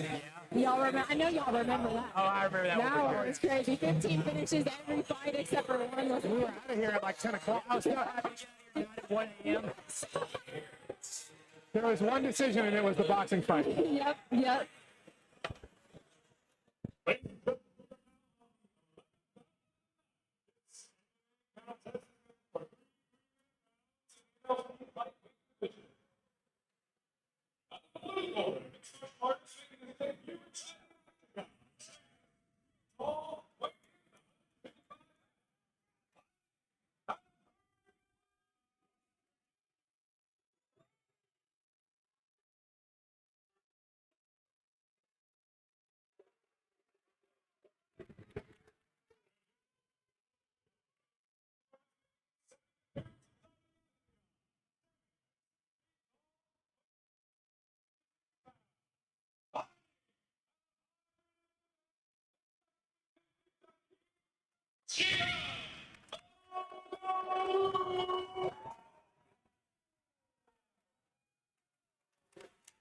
What was his fight name? Did you catch that? I couldn't hear it. I could not hear. The mic, sounded unfortunately, in the cage. Man, that thing's killing me. It seems to work in the room, but in the people at home can't hear anything in the interviews, really. Okafor's looking definitely the interviews bigger have been good tonight. The interviews have been good tonight, It's so unfortunately, good. for everybody You at got, home. so, moral of the story, be at the next new Ooh, line start off event. with a big leg kick. Oh, wow, big kick again from Okafor Chica Okafor. starting fast. Up against Brody the cage. trying to slow him down. Couple reversals here. Trying to dig in. Ooh. Reverse him again. Yep, Brody uses that Kosoto hook to try to get the off balance. Good to head get him. position, good knee from Okafor, and another knee return by Brody. Good knee for Brody. And another, two more knees. Big knees for both Big men. punches. Oh, Big Harai Goshi. Giving up his back. Uh-oh. And we got one arm under the neck, but I believe he's going to be able to turn out. Yeah, the question is who's going to end up on top. oh, but he's still hanging on. He's gonna get in full guard here. Yeah. Brody doing a good job. If I were him, I'd be getting that head 90 degrees to the cage. So he can't Brody walk, landed but- his own ground and pound. But Okafor is not seeming to be opening his legs and using the cage. So Push an arm out, maybe looking for a triangle. Nice pressure there from Brody. yeah, Been you want heavy. head over head. Good. Butterfly Right sweep from Okafor. He's trying to take some position. back but up on his Brody's feet, though. to his feet. Yeah. And reversing it. Very nice. Beautiful Sumigaishi from the butterfly guard. And Brody ends up on top here. And I'm going to guess that Okafor's got And at least ground some and of a pound. judo background Yeah, he based looked on those like throw it. attempts and that Sumigaishi. That first throw he hit looked like it was nothing for him. He looked like he's done it a million times. Those ground and pound shots from Brody sounded very solid. Yes. And tripped again. Nice. Amazing work. This has Same been exact fun. Sumigaishi. You got to watch when you're the top guy giving chest-to-chest connections like that. Can you upkick in amateurs? If the feet are on the ground. Oh, armbar. Now he's got the arm. Armbar. And looks might close. be it. Can't see from here. Now it Can't is, tell how to it do. is a Japanese-style armbar, so it's going to be hard to finish from this angle punches to in the really face short here from time. Brody. Oh, no. He might hit it. We saw a grimace from Okafor, but he hangs tight and he's able to compress him. Now we see him in this kind of top Jujigatami position, bottom for Brody. Brody's going to really need to try to spin out to that side. Oh, I thought for a second he. Oh, but, Oh, what do we got? Some really high-level jiu-jitsu going on right now. yeah. And Getting an armbar again. same. But this is a little more secure. This is double head legs though, so he's got a pretty bad angle to finish, unfortunately. But now Triangle, maybe. potentially a triangle. I can't see what's going on with that forearm. We are on really short time here, I believe, as well. Now he's got it locked. It's going to be a matter of time. Can he finish this before Can the he round's finish end? it? I don't know. Okafor seems like a tough dude. He's got a good angle, 10 but he's got 10 seconds. This is going to be right at the bell. He needs to grab the head and try to finish him. In my opinion, he can put him to sleep before the bell. That's going to be my next question. How hard is it? You hear that 10-second bell. How hard is it to finish a submission when you have 10 seconds left? Like, can someone hold on for 10 seconds, you know? In an arm lock or something like that, I would bail on it immediately and go to punches like he did. But in a strangle like that, like a locked triangle choke, 10 seconds is enough time to put him to sleep. There's no toughness, right? If you've got complete closure of both arteries, which I believe he had for a moment there. Now, so it's more of a blood choke, not a... Yes, it's 100% a blood choke. So what's going on there is in a triangle choke, you're cutting one side off with your thigh, and on the other side, you're actually bringing this arm into inward rotation and the scapula into elevation, and then you're driving this shoulder into this carotid artery. He had a good angle, so I would say if it's not locked up, I would go to punches, but as close as he was, 10 seconds is enough time to put somebody to sleep. But, so how do we score that? To me, that's pretty clean. That's 10-9, Brody. Especially with the... Even with the takedowns that we saw? He got back on top, though, and he was able to work. That submission was the closest we saw to anything significant happening. I believe with the judges that we have here being belted jiu-jitsu players, that's going to be for him. Because I think Brody landed the better ground and pound when he was on top as well. And he landed some good ground and pound and balls, too. We saw good exchange. We saw positional exchanges. The butterfly sweeps are beautiful. Everybody who knows me in jiu-jitsu knows that I love butterfly sweep. Do you think they fight the same style the rest of the round? Do you think they're going to try to stand up a little bit? It'll be interesting to see. Nice kicks from Brody. Return from Okafur. Jab, nice jab from Okafur. But we're seeing Brody be a little bit hesitant with his hands. For Brody, folks. Yeah, he hasn't really let him go on the feet yet. There's a nice lead hook, uppercut, lead hook again. Weird hook, actually. Nice kick to the leg. And some of that could just be him getting used to tying together. And finding the timing is important, you know, not wasting your energy. Body. Beautiful body kick. He slid that body kick right underneath the elbow, too. It was like perfect placement. Oh, that was nice. And that same throw. But this time we see Brody starting to come out the back door already. Nice. Yeah, coming around. Beautiful throw. I'm excited to see if he tries another. Oh, nice. Okay. Separation there. Okafur looks tired to me, too, after that big Harai Gochi. Yeah, do those big judo guys take a lot of their energy? They do, and especially when you don't land with control and you have to start working immediately afterwards. He's getting a little loose on Okafur. He needs to tighten up that guard a little bit. But Brody's slipping those punches in. Oh, those body shots are nasty. If I were Brody, I would break for this clinch and try to finish him. I think Okafur is exhausted, and I think he's hurt. Going for a trip attempt here. He's looking for that Kosoto again. He's been using that effectively to as just an off balancing to get some Kazushi going. There we go. Nice. This is what we need. Uppercut, lead hook, rear hook. I'm liking that combination. Oh, he picked his own mouthpiece up. Brody's a gentleman. He let him pick it up. I've seen that one happen. And touch of gloves are back in. Brody returning. Brody with a hard right hand to the body. Nice big gut kick. Whoa, Brody folks really taking over in this one. He's taking over. I think Chica has found some issues with his cardio here. He looks drained. And I think if Brody switched to an inside trip here, he'd be able to dump him. Yep. But he just forces him over that with that underhook. Very similar to the takedowns we saw earlier from Derek Crider. Now he's kind of leg riding up that Dagestani style. Yeah. Keep up his back. Hey, but look, the punches and bunches still coming. Nice knee to the body. Another punch to the body. Lead. Just barely misses that right hand. Leg kicks. Man, Chico's just taking him in every direction. Brody folks putting it on him. Good teeth. You can hear the crowd cheering for Brody as he tries to finish this fight. Oh, beautiful check there by Brody. Brody's defense has been rock solid, standing. 100%. And his punches are finding a home almost every time he Single. throws. Good single. There's that. There's a pole on the way.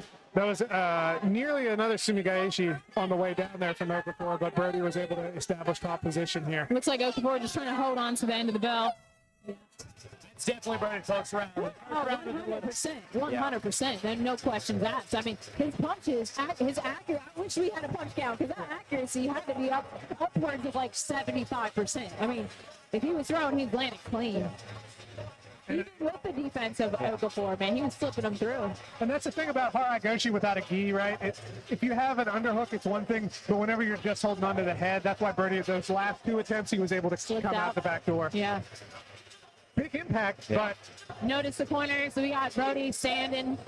he's doing the Captain Morgan with his foot up on the stool. I think it could definitely be 2-0, but I also think it could be 1-1, matter on how the judges scored that first round. And that second round was very one-sided. No, very super one-sided. That was Brody all day.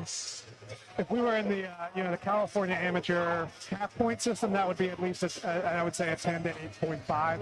But I don't think it was enough for a 10-8. And I believe Kentucky specifically doesn't like to give a lot of 10-8 rounds in the amateur fights. So, but yeah, that was as close as you can get without a clean knockdown, I think. Fantastic round for Brody. Brody looks spectacular.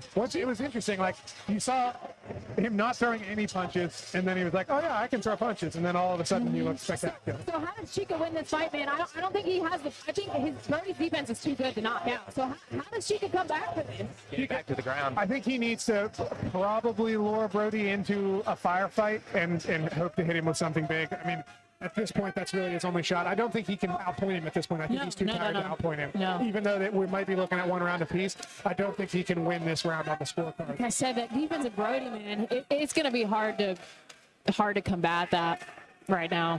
Well, there's a nice jab. Nice little. Was that a jab or a hand? It was a jab. It was a jab from southpaw.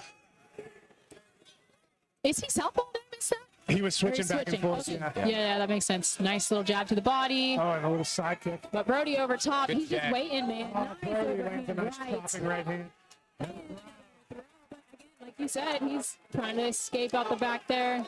And Brody's got the half guard in the underhook. Wizard. Back up. But Brody needs to put in a butterfly hook right now and get some off balance going. And he needs to not attack subs from his back here. This is a terrible idea. Chica trying to capitalize, getting some ground and Trying pound. to get a half guard, maybe a lockdown. Now, this is interesting. He's settling for kind of that one in, one out butterfly. Looking to set up a triangle again is Brody Folks here, but good wrist control by Chica Okafur. Brody, I think Brody needs to, he's got chest-to-chest connection. He should probably work that butterfly hook more. Now he's going to a Z-guard. Z-guard, From the ground from Brody. yeah, you can land really hard shots with those backhands from Yeah, I Z-guard. mean, you watched Kevin Holland knocked out Souza with that in the UFC. Might be setting up maybe a Darce here. I believe he is setting up a Darce, and I can't see from his hands. He's got a hand on the back. I can't see what the grip that he has is. Oh, he might work the sweep. But Brody's able to just kind of sit around with it back position. Returns with some. Don't get, maybe looking to expose the back is Brody Folks. Now, if I was Brody here, I would be just focusing on getting my head out. Working on maybe a guillotine here. Yeah. Good job from Brody. I don't think he has the gas tank to be able to sweep him again like he was doing in that first round. I don't know. Brody is still giving him chest-to-chest connections when he's in butterfly like that. He's putting himself in jeopardy, and we're going to see it again. Yep. You got to not. It's so easy. Yeah. She didn't have to try hard. And that's chest-to-chest connection from the top guy is a terrible idea. You need to decouple your chest from the bottom player if they're playing butterfly hooks. And now we see Okafur working from front head. Is Okafur taking this round? Okafur is most assuredly taking this 30 round. seconds left in this fight. Now we're going to find out about that first round. What the judges think, in my opinion. It's a close one then. Because of the body. Nice overhand right from Brody. Lands clean on the chin. And he is on the prowl, man. He's throwing hard to the last bell. Lead hook sneaking in from Brody Fox. Both men fighting to the last bell. Right from Brody. Wow, what a fight. What a fight. Top sauce. I think that might go to Okafur. I think that the first round might have been him. Because I think that third round was very dominant for Okafur If there. they give Okafur the first round, he could take the fight. Yeah, I think it's 1 and 3 for Okafur. But I think it could also go 1-2 for Brody. So it all depends on how they scored that first one. I personally have it 1 and 2 for Brody. But again, that first round was kind of a toss-up. Do they do draws? They would have to score one of the rounds 10-10, and I don't think. Okay. I don't know if. Probably not close enough for that. That first? Maybe. It might be, honestly. 10-10s are allowed in Kentucky? We can't do draws. That's a good question. We're not going to do that. Let's just have I don't believe they do 10-10s. I don't know, though. I'd have to ask Big Sean that. My guess would be no. But If he doesn't like 10-8s, he probably doesn't like 10-10s either. So. If that second round with the 10-8 though, it'd be a draw. Will we see the red corner dethroned tonight? But it looks like Okafur had extreme levels of judo on his side. But the jiu-jitsu, I think, went more to Brody. But those butterfly sweeps, with the exception of him losing top position of those butterfly sweeps. Even when Okafur was tired, he was still able to get the butterfly sweeps. Yeah, he was doing a really good job of using that underhook in the half guard to get up from the Haragochis, except for that last one. Very curious to see how this fight goes. Ladies and gentlemen, after 3 rounds, we're going to get the scorecard started. Your judges for the contest, 29,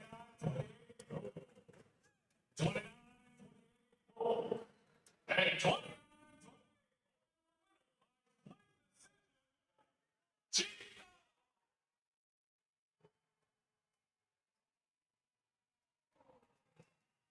So there's the answer to the question, folks. They gave Chica the first round on account of those throws. Even though only one of the throws was clean, the butterfly sweeps, he was able to get top position twice.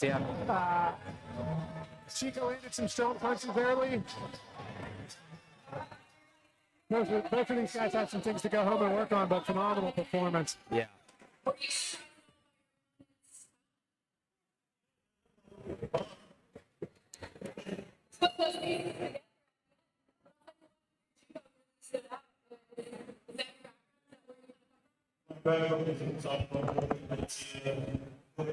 Coach Sean is one in a million there. He's out there.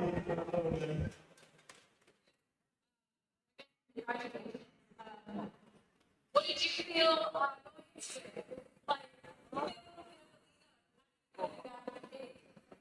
I took a year off. I came back after some day. I opened up 145.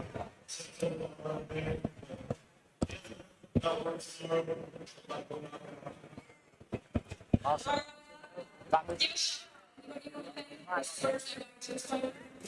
My head goes talking to you. My hands on the chair. All my boys are happy to grow.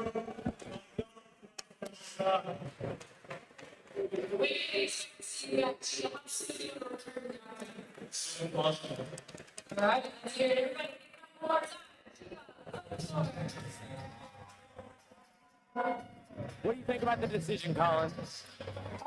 It's not the way I would have scored it. I felt like the effective strikes went to Brody in the first round, and I thought that near sub on the triangle, to me, a locked triangle like that is a big deal. Yeah, and the armbar as well. Yes. Now, he did get thrown, and he did lose top position to that Sumigaeshi, a.k.a. butterfly sweep, hook sweep, elevator sweep, whatever you want to call it, on that one leg out, one leg in. It's kind of the Jean-Jacques Machado, the scissor sweep variation of Sumigaeshi, which is the most important guard for MMA, in my opinion. You have to have a good butterfly guard.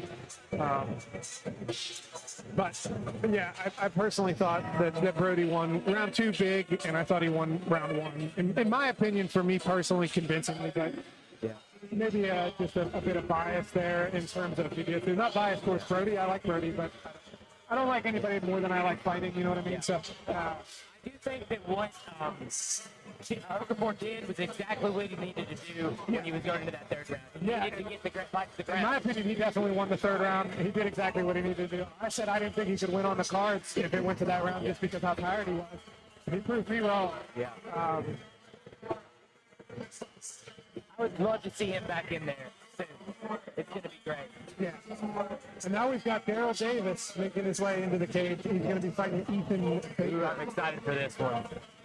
Ethan Baker, not only a high-level striker, but as we saw in his last fight with Sheldon Starcher, has a good game off his back when someone's on top of him. So very curious to see how this will go.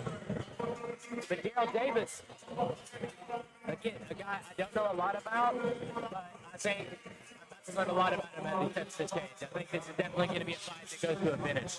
Well, I believe we saw Daryl Davis finish Sheldon Starcher with Bulldog choke at the card in Parker's, if I'm not mistaken, in the fight for that 145 belt.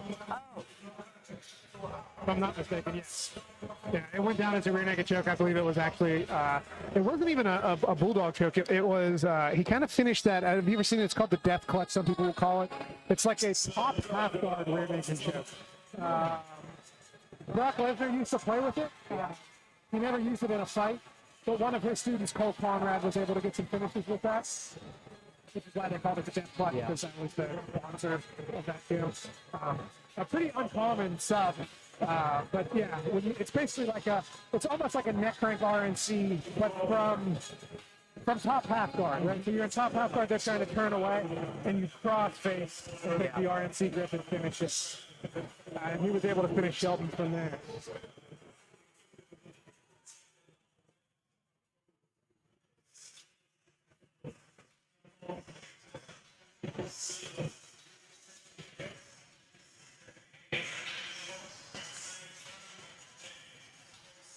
Well, something happens soon. I think Red Corner's going 17-0.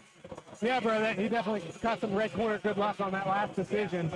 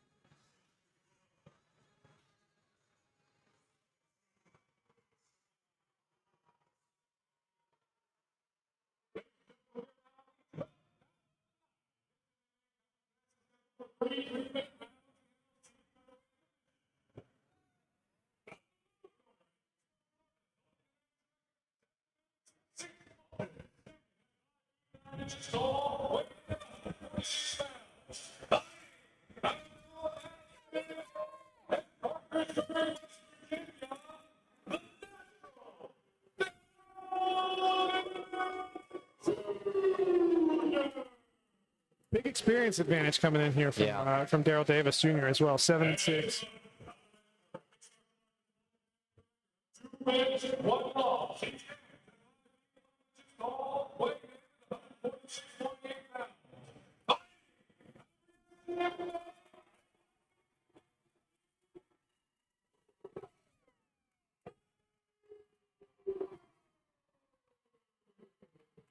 Huge crowd for Ethan Baker tonight, the hometown hero. Interestingly enough, I was just looking at Daryl Davis's record. He has a win over Zach Humbertson, former NLC heavyweight jiu-jitsu champion. Wait, what? I didn't know Zach did MMA. Yeah, No, so he actually fought BJ, my husband, back in 2000, freaking, what, 18, 17? It was a long time probably ago. 16, something like that. Yeah, something like that. Mike Shepard used to put on some cage fights. Heavyweight, though. That's funny. Yeah, back when Zach was able to make 165. He can still do it. These guys, lots of experience between the both. Even though Ethan doesn't have the experience on paper, I mean, he's at Reaction MMA. They've got some really high-level guys there. Well, Interesting. Line guard pull from. Yeah. Very interesting. Now, I wonder if Davis has got obviously has some confidence in his guard. We saw him submit Sheldon Starcher, like I mentioned at the Doghouse New Line co-promotion event. But if he's doing that, he's obviously sees something that makes him think that he's confident to be able to out-grapple Ethan Baker. Now, that might be the Haynes Lalonde fight as well. Okay. And actually, Sheldon was able to take Ethan down as well. Yep. But I was going to say, do you think it's confidence in his own game or knowing he doesn't want to stand with Ethan? it could be a little bit of both. Yeah. Could definitely be a little bit of both. Another butterfly I feel like hook. most of Ethan's fights have been on the cage floor, you know? Look at this. Nice Trying to little strike calf that thing. Yeah. stomps. Heel strikes to the calf and hamstring there. You don't see those used a lot. Yeah, that's that was a hoist base, I think. He does, And but that move. good good scramble sweep. and reversal, yeah. Good sweep. Yep. But now I think Ethan Baker, his most dangerous is when he's on his back. Yeah, Nobody's most dangerous when they're on their back. coming from Reaction, big jiu-jitsu school, Yeah, so he I know he's comfortable there. He does have at a least. good guard, yeah. But based on what I've seen so far of Davis passes cleanly to half guard. Yeah. I think we're seeing a pretty big grappling advantage here so far, at least for Davis. I've always felt like Ethan is a really slow starter when he's in, when he's doing the jiu-jitsu here, at least from maybe some past Now fights. he's starting to set up a triangle here. He is getting a good angle, and he's got a good bite with the overhook. Davis is doing a pretty good job here, but now we're in the clamp guard, and he's starting to look towards an omoplata or a hammer lock on that side. He's able to get, we got a Kimura, but he's almost got past for his troubles. Good body locking sequences here from Davis. Davis got a good bite on that head and sprawling out, almost able to force half guard again, but Baker's able to recover. Ethan looking for his coach. Yeah. Getting some advice. He's doing a good job. And there's the triangle. Yeah, there's the triangle from the clamp guard. Now, he doesn't have full closure on the artery yet, but he might be able to get it. I believe right now there's some space on the right carotid artery of Davis. I think it's smashing that shoulder in enough. I think it's a combination of him having smaller shoulders and Baker having really long legs. Now here's Just like the Brody Folk. Nice. But it's out. It's still in. Is he going to be able to finish this? He's trying to finish the arm lock instead of the triangle, but I believe that we're going to make it to the bell for Davis. Yeah. But how do you score that, right? Because I personally would score that one for Baker because of the triangle, but we didn't see that in the Brody Folks one. So, okay. But if you also look, Davis pulled guard and had the judges look at pulling guard, Well, it's interesting. He certainly didn't take any damage, and he swept him relatively soon after that. So I think I give that round to Baker. I'm impartial because I don't know jiu-jitsu. Because I feel like, I don't know how you feel about pulling guard in an MMA fight, but I feel like if I was a judge, I pulled guard in MMA a lot of times, so I would find it, but you're a high-level guy. I mean, I don't think any of these guys were, to the skill level you are. I don't think judges would know. I will say that I don't know how the judges see it, really. Really, they shouldn't see it either way, right? Because it's not a takedown. It's not really effective grappling. Now, when you sweep someone and you do some damage, then you've done something, right? But just being on top or just being on bottom in its own is not. It will sit back and forth. Right. And the reason that that's different than, like, a takedown is exerting your will on your opponent, right? A guard pull isn't really that, but it's also not the same as the other guy taking you down. It's kind of a weird in-between gray area. And I would say, either way, the most effective grappling was done by Ethan Baker because of that triangle at the end. Right. And he did some good work on top, too, before he got swept. But I think Davis knows now that if he makes any kind of an upper body connection in the clinch, he can pull guard and he's comfortable working. I think he wasn't worried about that triangle, in my opinion. Spinning heel kick. And Ethan trying to initiate. Oh, wow, that was interesting. Did Ethan's head go into the cage? Yeah. Yeah, he kind of yeeted him with a wizard, did Daryl Davis. Yeah, with two jiu-jitsu players, two people who are comfortable, obviously, in the jiu-jitsu game. I'm interested to see if we just see the rest of the fight stay here on the cage floor. Double butterfly hook. Well, single butterfly hook now. Yeah, Baker's doing a good job of staying down on the hips, right? And Davis did a good job of doing the right thing. Somebody's bleeding. Baker, I believe, is bleeding out of the nose. Probably after he hit that cage. Oh, you could be right. He's trying to attack this Kimura now, but he's got this good body lock. He's in half guard on the right side if he's able to get it out away from his body. I wonder if in Kentucky are you allowed to grab your own shorts? I'm not certain about the ruling on that. I don't know. He might have this Kimura. It might be in. Yeah. He's gonna turn this. Now he's probably not going to be able to finish it. Yeah, but he lost the grip too. Yeah. Although he's got it packed pretty good. He's just there. You go. It's a question of if he can go. I think he should switch to a Mr. Wonderful here, the one-handed Kimura. But man, he's putting some nasty torque Cranking on it, man. Yep. He's stepped over the head. It's kind of hard to finish it from that angle, but now we're looking at a dorsal type position where I believe he might be able to get some more play to finish it. So how does Ethan get out of this? Ethan needs to try to extend his arm. He needs to or try to roll towards that and untangle the legs that are controlling his head, right? He doesn't have the right. He's not really got the best grip on it, right? That was a tap. He taps. Yeah. Oh man. Either he tapped or his arm broke. I think he tapped. I think it's. Yeah, and you will see some guys can still finish it pretty well with this grip here, right? It's not necessarily optimal here, but that's where I would always switch to that one-handed one personally. But he was able to pack it in with those two hands and finish it. Sorry, Bailey, I just assaulted you. You can see all angles right there if you wanted to look over and all. Yeah.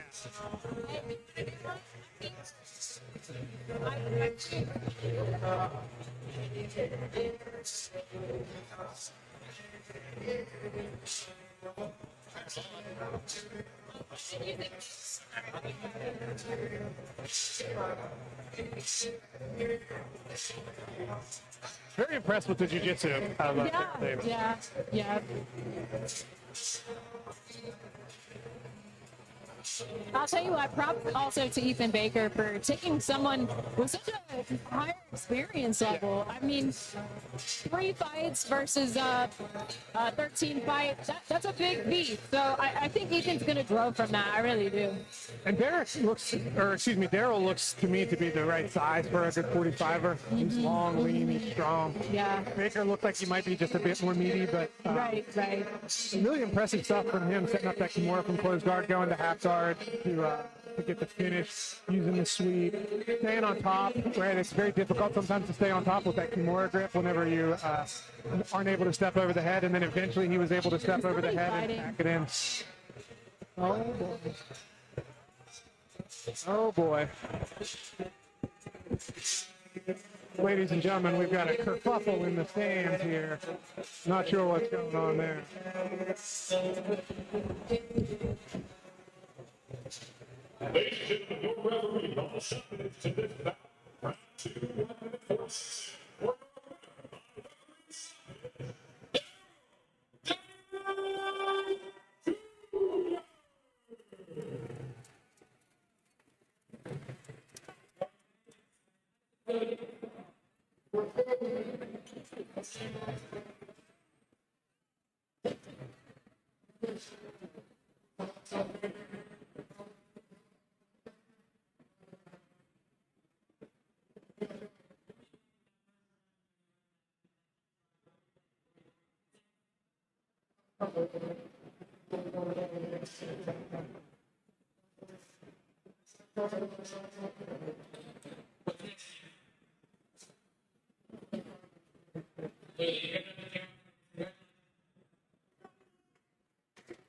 Good work, man. Good jiu-jitsu.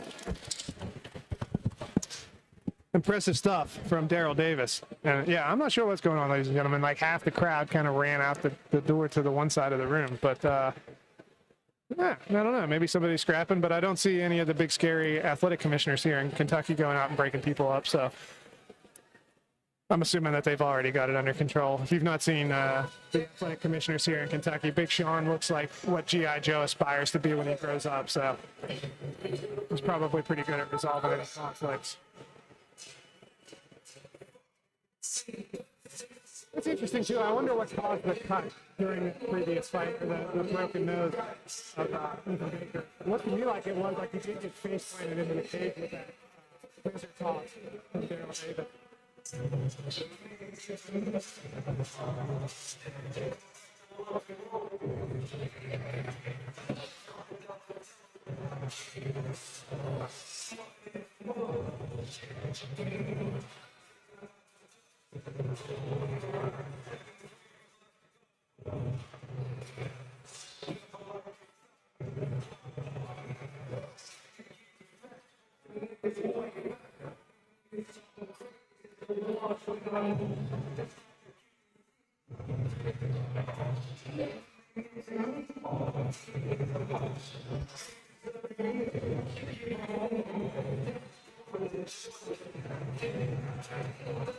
All right, ladies and gentlemen, making his way to the cage now. Veteran of 2 professional MMA fights, Nathaniel Mitchell. Nathaniel's got a boxing background. I got to watch a lot of film on him. He fought one of my guys last year in an amateur boxing contest. He's got good, strong, straight punches. It'll be interesting to see how this fight unfolds between him and Mike Boyle, who's coming to us from New York.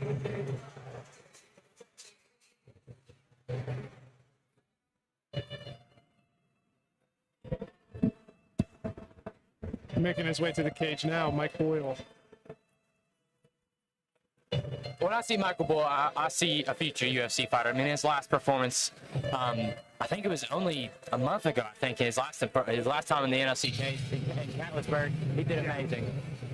Yeah, it was a very impressive finish that he got in that fight. Yes.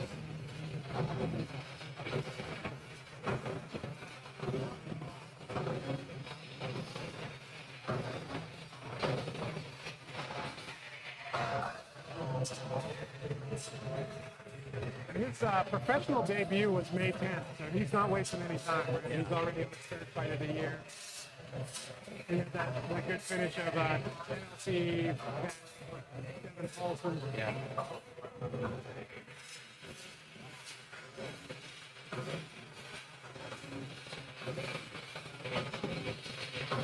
What are you laughing? Nothing. That's the joke between me and myself. I'll share it with you after the event. Boyle at the checkpoint here, getting ready to make his way into the cage.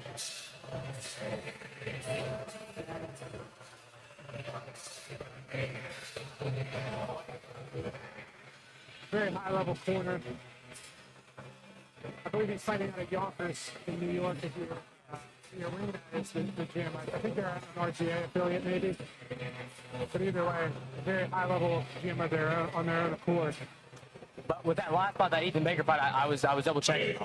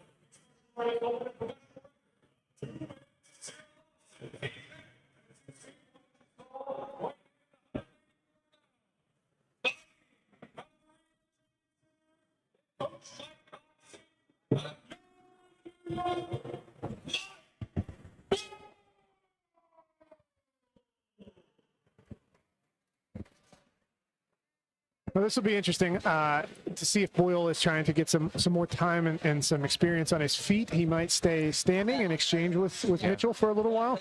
I believe that he's going to have a substantial grappling advantage if he decides to take it to the ground. But Mitchell's a big, strong, athletic guy. It's not necessarily going to be easy. So I would love to see Mitchell flip the script and get a win. There, the O has to go. He's got some Street Beefs experience. He does have pretty decent boxing. I mean, we see him land some long, straight punches. And he's only fought killers, dude. Yeah. He's only fought really good fighters. And we see Boyle go high cross and takedown, and he's setting up the arm triangle already on this far side. Yeah, I thought he landed on his arm for a second there. It's often difficult to make the transition from side control to mount to the far side if you're going to try to finish the arm triangle, but we see he's making that slide He over. might get it. Now, the interesting thing will be, he finishes it here from heavy knee mount. I believe we're going to see a finish here. I think Mitchell's probably going to go to sleep. I can't see the angle of the finish, but... I mean, Mitchell kind of seems like that kind of guy, not to give up. And a tap. We got a tap. Yeah, we got this up. Beautiful finish by Michael Boyle. So quick. So, red corner back in the win column. Red corner back in the win column. Well, still in the win column. Yeah, but I checked with the ref said that the Ethan Baker fight was more of a stoppage, not a tap. I think I saw that too. I think Eric was concerned that they would have some issues with Ethan's shoulder, and he stopped the fight instead of Ethan tapping. And I saw them having a conversation like, hey man, I want you to be safe. I want you to keep fighting. So that's why I stepped in. And it kind of seemed like Ethan agreed with it. He wasn't. Yeah, that's interesting. He didn't seem to have any problems with it there. No, he wasn't. You know, sometimes it's hard to accept defeat, and it's hard to hit that tap, when it's not a choke or, something like that. But it was an interesting stoppage. That was an interesting, because honestly, the angle he was at, I didn't think he was about to get, Minotauro. Yeah. I didn't think he was going to get his arm snapped, but interesting. Yeah. Which, I mean, if he would have torn something in his shoulder, that could be a surgery. I brought Eric for trying to maintain the safety of the fighters. Sometimes fighters were our own worst enemy, you know. So a lot of times when you see a finish on the Kimura from that angle, you won't often see the ligaments in the shoulder tear. You'll see that more with the 90-90 finishes. Yeah. But in this position, you'll often just see the humerus snap. You'll get a spiral fracture of the humerus. That's what happened with Minotauro Nogueira and Frank Mir.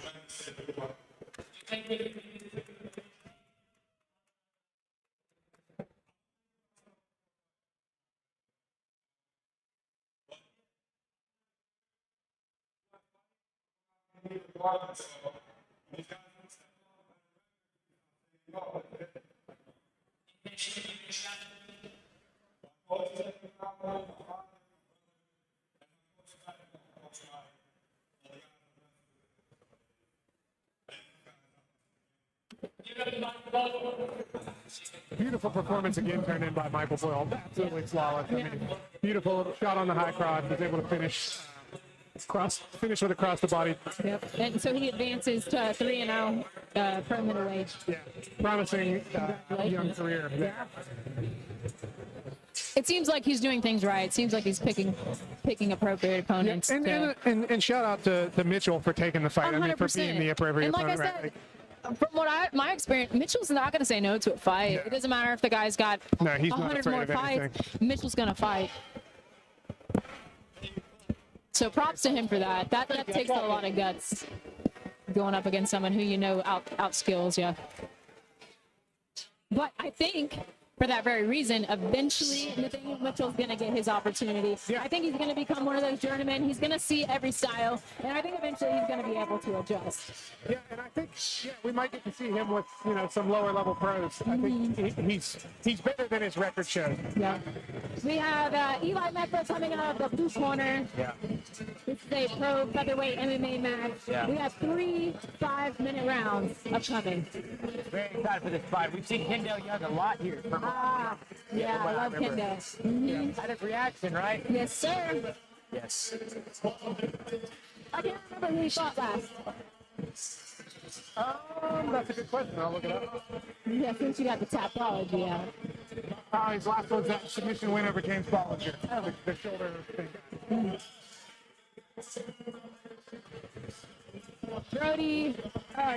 Eli Meford here looking to turn the tables, secure his first professional win at featherweight, 145 pounds. And he has fought in Bellator before. And it's been a couple of years since he fought. And he's coming back here tonight. It's been interesting to see what.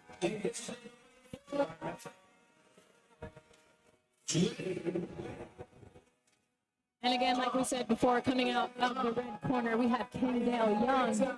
He trains out of reaction. I love Kendall's knockout, dude. He wastes no time. He sprints to the cage, and he is ready to go. His coach is in the dust. Yeah, his coach is about to catch up. Rob Nickerson in the corner. Logan Beckley, a couple of reaction MMA guys backing up their fighter here, Kendall Young. Let me tell you what. And I hate sparring Kendall. You hear this, Kendall? I hate sparring you, man. He's so freaking fast, dude. So annoying. He'll hit you, gone. Hit you, gone. Gone. You're saying somebody's fast. You must be terrifyingly fast. Yeah, and it's like the type of fast that's annoying. I'm like, will you just stand still so I can punch you in your face already? Like, this is not fun for me. This dude is the fastest dude in reaction. And I mean, I'm telling you, it's like lightning. He's there. You see him, and then he's gone. Yeah. His cardio is amazing. He could run the freaking cage for all 5 rounds. If he wants. I've been very impressed with his jiu-jitsu as well. Yeah.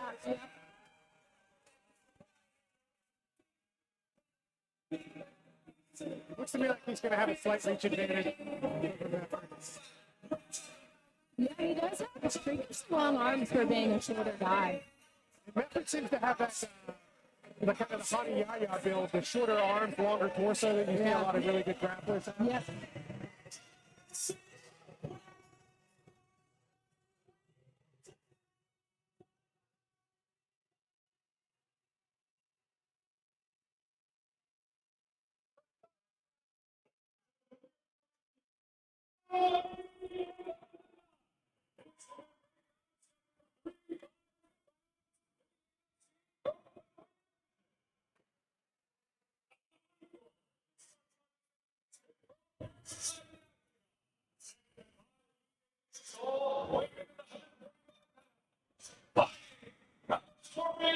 His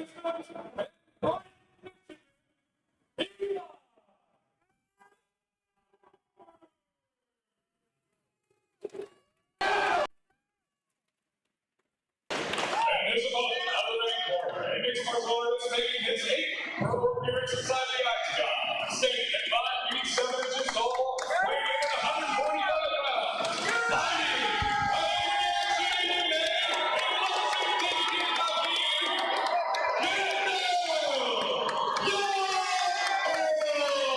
Big pop from the crowd here for Kendall. This is going to be a high-paced fight.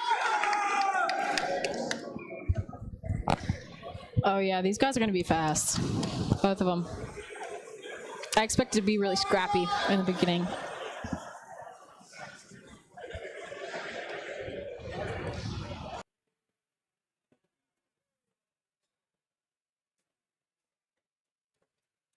Getting that cage door locked, and we will touch them up. Meford's rocking a nice farmer's tan. I have respect for that. But he's already quick. Yeah, fast. Look, Kendall just stays outside of your range, and it's so frustrating. Good body kick.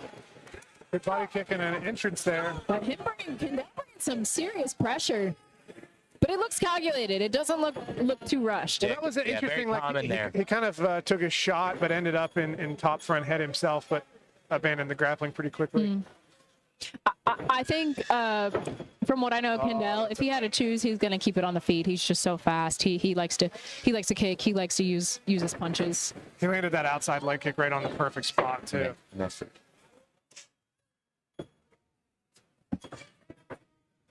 Meford's not. He's not backing down though. He's keep coming forward. He's doing really good. But Young is so quick. He caught him there.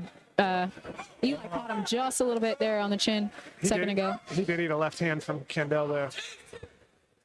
Oh, nice jab from Kendall.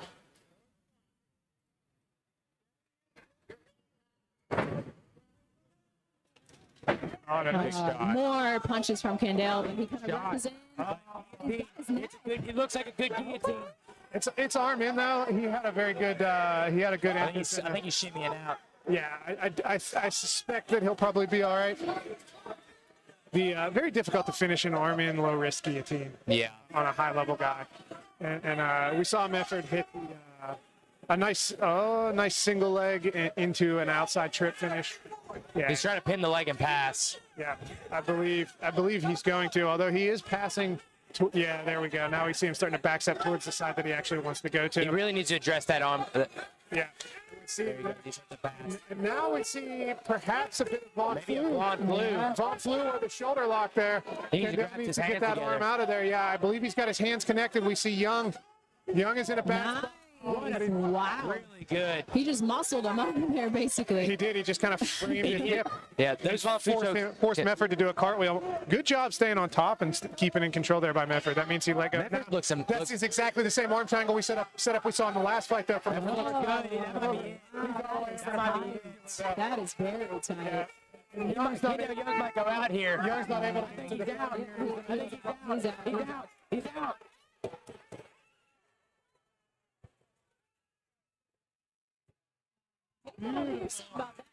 Beautiful Patakatane finish. Eli Meford.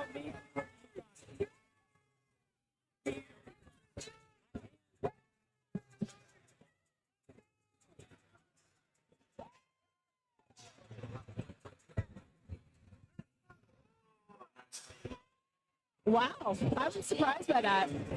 That was great for Eli. Fantastic performance. I think he really needed a win. Yeah, he did, and he came out and earned it, right? I mean, yeah, that was 100%. Beautiful. He landed a couple nice punches. He ate a few, but he shot that single leg. He finished it with an outside trip finish, which is a beautiful finish. More common, you'll see that with a double leg than a single leg, but he did a really good job. And as I suspected, he did get a cut under his eye there. I was going to say...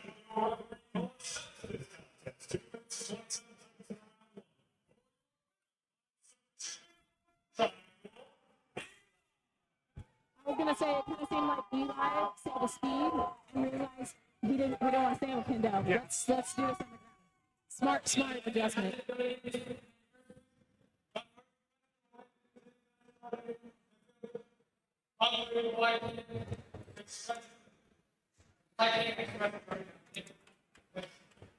But I moved to the competition 2 years ago to change my life for the better. I got a meeting with the guy, David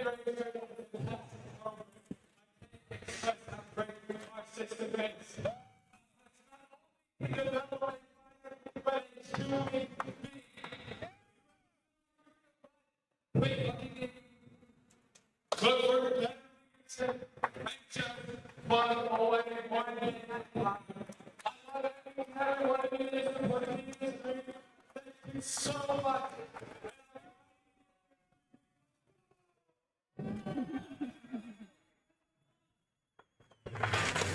Spectacular stuff there from Eli Meford. And I'll tell you what, we've had a really good crowd tonight. So I know we still have one more fight, but we have a really good crowd tonight. Everybody's been cheering on every winner, whether it's for their team or not their team. I love to see it. I love to see the love, the family aspect of this game. And that was interesting. We saw him use the same setup to the Katagatame, the arm triangle choke, that we saw in the previous fight with Boyle. Boyle elected to finish from heavy knee mount, and we saw Meford elected to finish with what I would say is maybe the more old school way of finishing by going all the way to side control on the front side. Are we sure that Young was all the way out? I couldn't really see because he got really quick. He was all the way out. Because I kind I think he raised his hand maybe to tap, and then went out after that. Ladies and gentlemen, we have made it to our main event of the evening. Walking out now in your blue corner, J.R. Cochran. He is 1-0 in MMA. He is training out of. I don't know if they have a specific gym, but Griffin Keys Garage. Okay, Griffin Keys Garage. Shout out Griffin Keys. Griffin Keys, Jordan Clark. Derek Crider we saw earlier tonight. A lot of guys, they might not have the biggest facility, the most high-level names, but they get the job done when they go in the cage. And we are going to see the question everybody's asking. Can J.R. Cochran take out the monster, the Tasmanian Devil, Chaz Blevens? It was a spectacular fight. It's a big step up in competition for JR from his previous opponent. Yeah, Antonio Robinson was his last man. Robinson is a very good opponent, but he's tough for a different set of reasons. Yes. That chin was not as strong as what it needs to be. And JR kind of showed us that weakness in Robinson did get cracked by Rex White, who is a giant of a man himself. But JR was able to land more explosively. I'll never forget that fight. JR just leaned in, big over Hidenright. We can wait for it to be 10 pounds. And then all of a sudden, we're like, wait, he can throw hands? What? JR and Chaz will be repping our new golden NLC gloves, just like the UFC, moving up in the world. Oh, my nice gloves. I'll tell you what. Main event only. We have Chaz Blevens walking out with his crew. I expect some type of theatrics here. Chaz is going into this bout 4-0, looking to advance his record into 5-0. If he goes 5-0 tonight, that will put him 5-0 in boxing, 5-0 in MMA, 10-0 across the board combat sports. That is a fantastic start to a career, I will tell you that. And if I'm not mistaken, he's got a shot at the vacant NLC heavyweight boxing title whenever he wants it, right? Because that was the title eliminator that he won. That's the other interim So champion. now he is the champion. Dawson was the champion. She said, hey, Dalton. She said, hey, Dalton, will you fight Chaz? He's the interim champ. You got to face him. He said, I won. No piece of Chaz. So for that very reason, Chaz is your heavyweight champ for New Line Cagefighting. Well, tonight will he be heavyweight champion, 2 different styles of mixed martial arts. We will see. And from what I've heard, I think Chaz is ready to also go down in weight. He wants to get all the way down to a 205 and take your opinion there. He looks to me like he's within cutting distance now. He definitely is. And he's been down to 205 before. I think for this catch weight, he wanted to be able to match with JR here. I love it, man. I'll tell you what, Chaz started with me back in 2018. And let me tell you what, that man was like 350 pounds. No confidence, no tattoos, big old nerdy glasses. And he has blossomed man into a really good MMA, honestly, combat sports fighter. One thing about Chaz, he'll take any fight on any notice, on any day. Even that Eli Atkins fight was short notice, and he went in there and had one hell of a performance. Oh, yeah. He looks quite a bit lighter than he did in that fight, I think. Yes. It looks like he slimmed down between that last match and this one. I don't know if you guys know the Italian Stallion, or you've heard that name before. Influencer boxer, scary man. And let me tell you what, he made the Italian Stallion. He made cry, man. Really Italians, I know this Rockies. I was like, you're going to fight the Rockies. He used to fight Rocky Rowdy first. Moved into the influencer boxer scene. But he was the scariest heavyweight at one time until Chaz came along and took over that title. I like it. Anybody who beats up an influencer boxing guy, I like more by default immediately. So.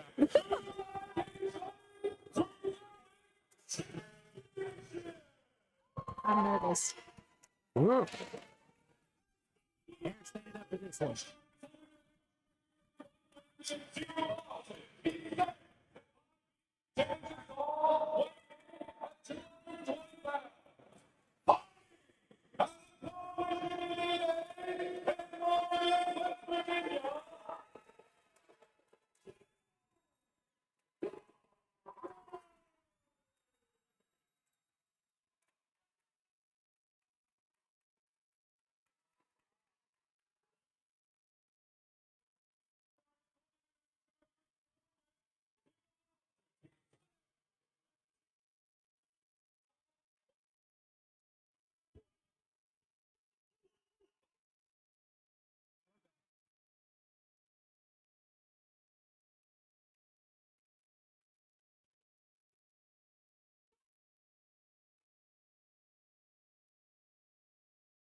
Good evening, ladies and gentlemen. Let's get this party started. JR looks cool, collected. Yeah. Ladies and gentlemen, this is the moment we have all been waiting for. I don't know if that's copyright, Bruce Buffer, sorry. And we're off. Do you know how old Chaz is? Chaz is young, dude. Chaz is 24. 24? 23, 24. Oh. Ooh, nice punch from JR. Too much of an age difference between him and an 18-year-old J.R. Cochran. JR hit a nice lean back and then in with the right hook there. Oh, he lands a big left hand. JR hooking to the overhand that he dropped, what's his name with. Chaz needs to bring that defense a little bit tighter, though. Especially if they're going to just stand up and box. JR very explosive on his entries. That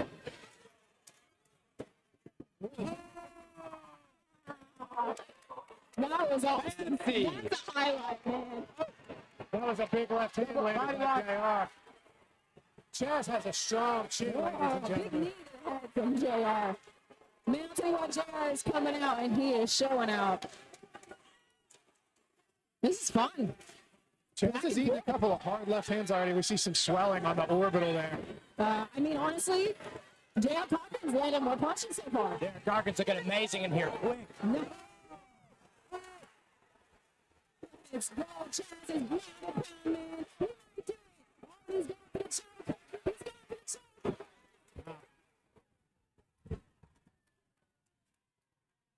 Amazing finish, but dude, both guys look amazing. Both guys look great, but it was just that big giant shot from definitely a more powerful guy than Chad Blevens. He ate some hard shots there, right? Like he ate some big hard overhand lefts. We've got immediate swelling on the right eye from those overhand left. J.R. Cochran. J.R. has nothing to be upset about. He's 1-0 going into a guy that was way more experienced than him. He said, to be the best, you gotta beat the best. JR, you are fighting the best, and you should be proud of yourselves. But Chaz Blevens, ladies and gentlemen, our new cruiserweight MMA champion, along with our heavyweight boxing champion.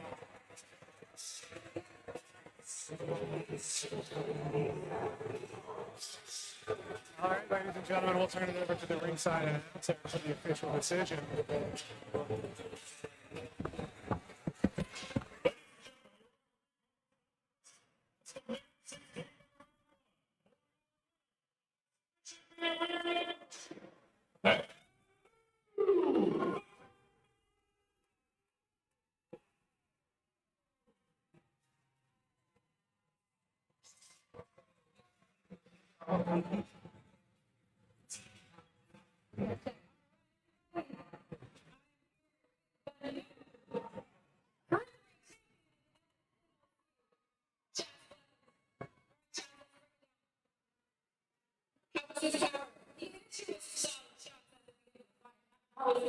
If he was a little bit taller, he would have taken a lot of those shots. Were you worried at all in the beginning? Like, did he surprise you? Well, it's probably how fast he came out, but I go with some great guys. I know other people those fighting hardest. Dude, congratulations again, Chaz. What's next for you? You got 2 belts for New Line. I wanted to call out my rival real quick. Where's James Barney? Where's that motherfucker?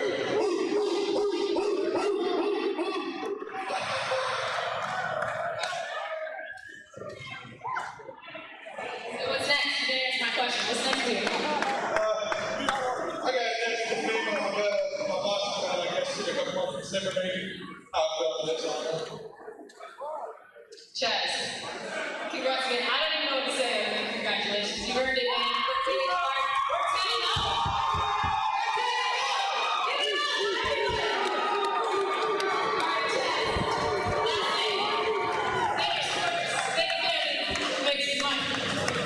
Man, I have a lot of people came out and are for me today. You know, this is the one thing I do every day. I don't do nothing else but train, but anything. If it comes to support me, we can take it off. If you're not with me, you're my buddy play.